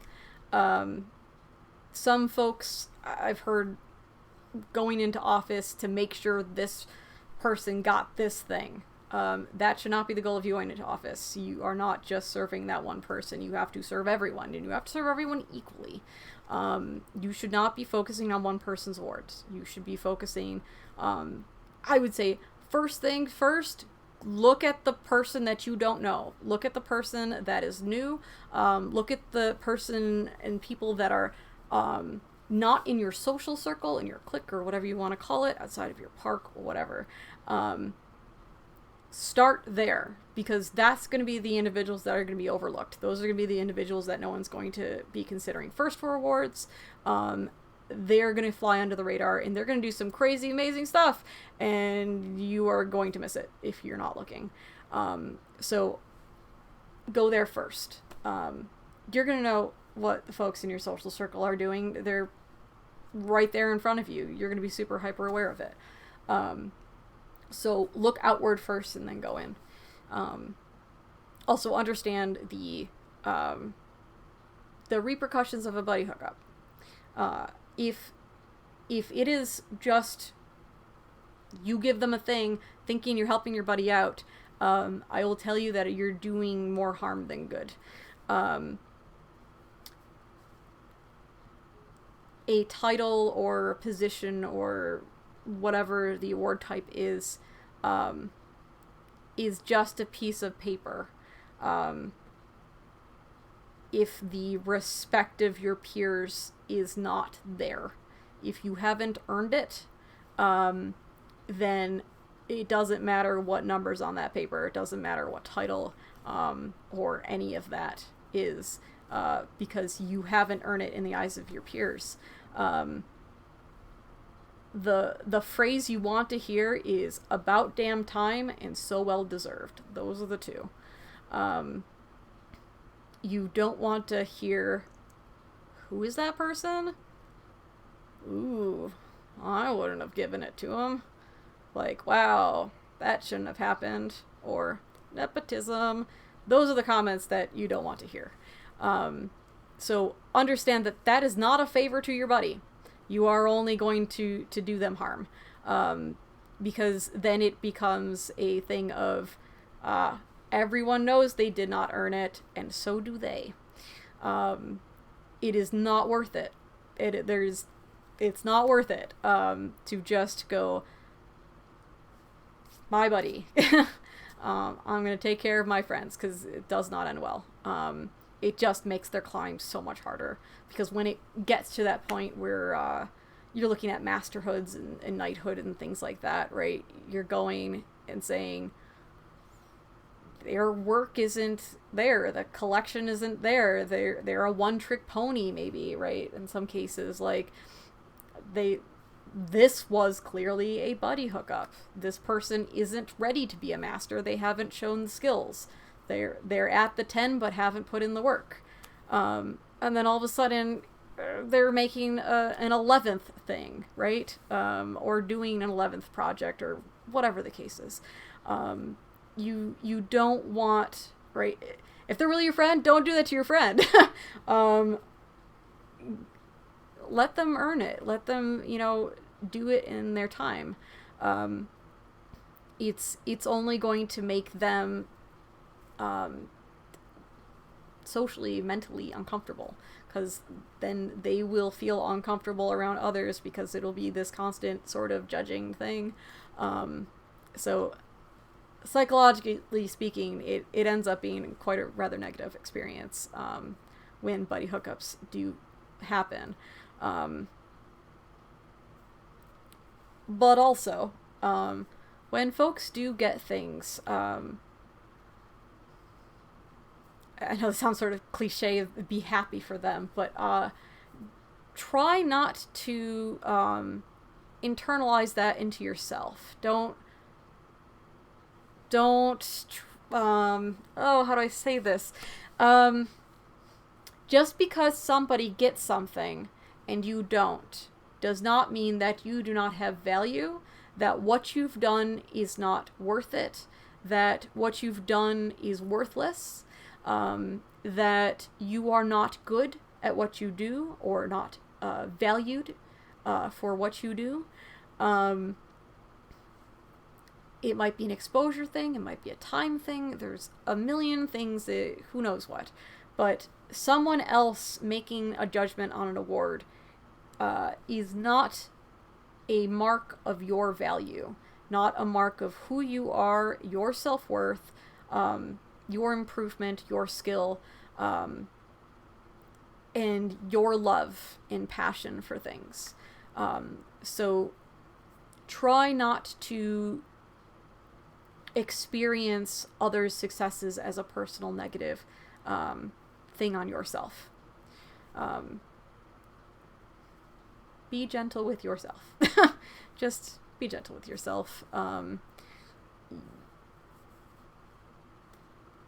Just hang in there. Hang in there. Keep going. You've got this. Give it time. Remember the two phrases that are the most amazing thing to hear. About damn time, so well deserved. That happens with time and commitment and skill. You will get there. If there is a wait for it, it will be oh so much better when it happens, because those are the two phrases you will hear, and there is nothing better in this game than those two. Personal experience, have done a thing where I've literally waited years. You can always tell when it's been years, because I'll cry when I get it. Those two phrases have made those years worth it. The wait is worth it. There's nothing more important than those. Because, again, the paper is nothing. The respect of your peers is everything. That's the mark of you actually getting the award. That's it. Listen, watch. Because that's the award getting given out. It's not the piece of paper. That's not anything. It's the hoots and hollers. It's the cheering. It's the about damn time and so well deserved. That's the award. So keep that in mind. Keep that goal. And when somebody doesn't get that and you hear, then don't be jealous of that person that just got that, because that is not a good experience. That is not going to be a positive thing for them, because it's just the thing on paper. It's not anywhere else. So know your own self-worth. Have confidence in yourself. And don't give up. You do you. You've got this. Yeah. So the last thing is award recommendations. There are too few. There are too few award recommendations out there. There is an extraordinary amount of work that is happening in our kingdom, in kingdoms around Amtgard. Look out for each other. When you see something, say something. Speak up. Even if you're not sure if it's worthy of an award, even if you don't know where they are on their track, just say something, because then that means the officer will then look into it. They will go on the org, they will research all of their previous awards, they will go and find out where they are, they will look into the work that was done. They will be the one that will make that assessment. You don't have to make that assessment. You just have to make them aware that a thing has been done. This goes for office as well. Put in recommendations for your officers. Your officers aren't going to give themselves awards. They can't, right? But the next set of officers can award the previous. They'll go a whole 6 months doing a whole bunch of stuff, and they will not get a single award recommendation for them. The next set of officers will come in, and all of the things they've done for that 6 months will go untouched. They may get no noble title at the end, or crowns, because no one put in an award recommendation. They might have been the best officers we've ever seen, and not a single award recommendation, because no one thinks that that's actually a needed, necessary thing. It is. You guys are the best mark of whether or not an officer has been successful in the term. You're the ones that would know. You're the ones that experience an officer's work. So you're going to be the best judge of that, right? Look at my position right now. If there's an officer in another park, I'm not a member of that park. I can only go off of what I'm seeing and I'm looking into, and talking with, folks from that park and figuring out what did they do that term. I'm not going to see everything. I'm not omnipotent, right? But I am in a position that I can award them. I want to award them. I want to be able to give folks their due. I want to make sure that folks are not getting overlooked, but I need the eyes and ears out there, and that's you. So look around. But also let me know what you've done. Other folks might not be looking at you. They might not be realizing the amazing things that you're doing. And if they don't come to me, I won't know. I want to know. I want to know what you're doing. I legitimately want to know. Because if you've done something and it's time for that recognition, and I can do something about it, I want to do something about it. Now, I will say, I am in charge of X amount of awards. I am no longer the one that does the art awards. Please send those recommendations to our regent. I got all the other ones, but please send those to the appropriate officers. Right. Also remember, for things like technician, sharpshooter, griffins, warriors, those are now given out by the champion. So give those to the champion. But yeah, if they do end up coming to me, I'll make sure they get to the right officers, obviously, but help my workload by making sure that your award recommendations are going to the right officers, because I will not be stepping on the toes of my regent or my champion by giving out awards that are in their categories. I think it is important for them to have autonomy over their position and the awards that fit in their purview. So that. Otherwise, yeah. Please let me know. Please let your officers know, right? Go to your local officers. If there is somebody that's doing something in your park, go to your local officers first, right? Because there is a good chance that if you send it to me, it's just going to get sent right back to them. Because again, in office position, we are giving awards that the park levels can't. We are not giving levels that park levels can give, right? So, just also kind of sort of a heads up. I think folks have kind of a misconception of what we give out and what we don't, because of the size of the park, right? There could be somebody getting a fourth something from a shire that would be given out by kingdom, a fourth, right? But somebody will get something for an eighth nomination from a duchy, and that won't come from us. So all of a sudden you'll see, fourths and fifths and sixths going out for the smaller park levels, but for the duchies, right, they're doing lots of work and there's amazing stuff that they're doing, but then all of a sudden those individuals will not be recognized at Kingdom Court. That's because those awards are given out by local officers. We only give out what local office can't give out. So we do not step on the toes of local office by giving out those awards. It is important for parks to have autonomy and for them to be able to give out the awards that they are responsible for. That's their territory.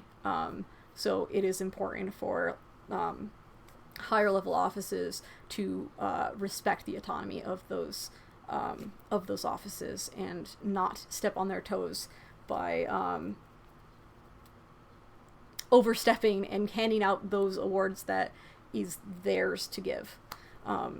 So please understand that when we give out a fourth and not an eighth, it is because of the park level and what we can and should be giving out. And that if you don't get something in a thing, that wait till your park's next event, because that award recommendation has most likely gone in to your park, and that it's just a matter of wait till your thing and it will be given out at your thing. So just to preface that, because I know there has been some confusion in the past and being like, well, I was a part of that, I didn't get anything for this. It's coming. So that sort of stuff. So cool. Okay. That's pretty much it. This has been a very long class. It's amazing that you're still here. Thank you. Thank you for being here. And thank you for folks that are watching this later on. I do very much appreciate you coming. Yeah, so this is last call for any questions on anything, any of the categories that we have covered tonight. Please let me know if there are anything. Again, please just tag me in Discord or in Twitch. Either one is perfectly fine. And again, last time to sign in, if you have not signed in at this point, please do so on the Nine Blades Discord if you are able, and if for some reason you do not have access, again, writing in your kingdom, your park, your orc name, and your credit. Other than that, gonna wrap up. So, this will be the last silly dance of the night.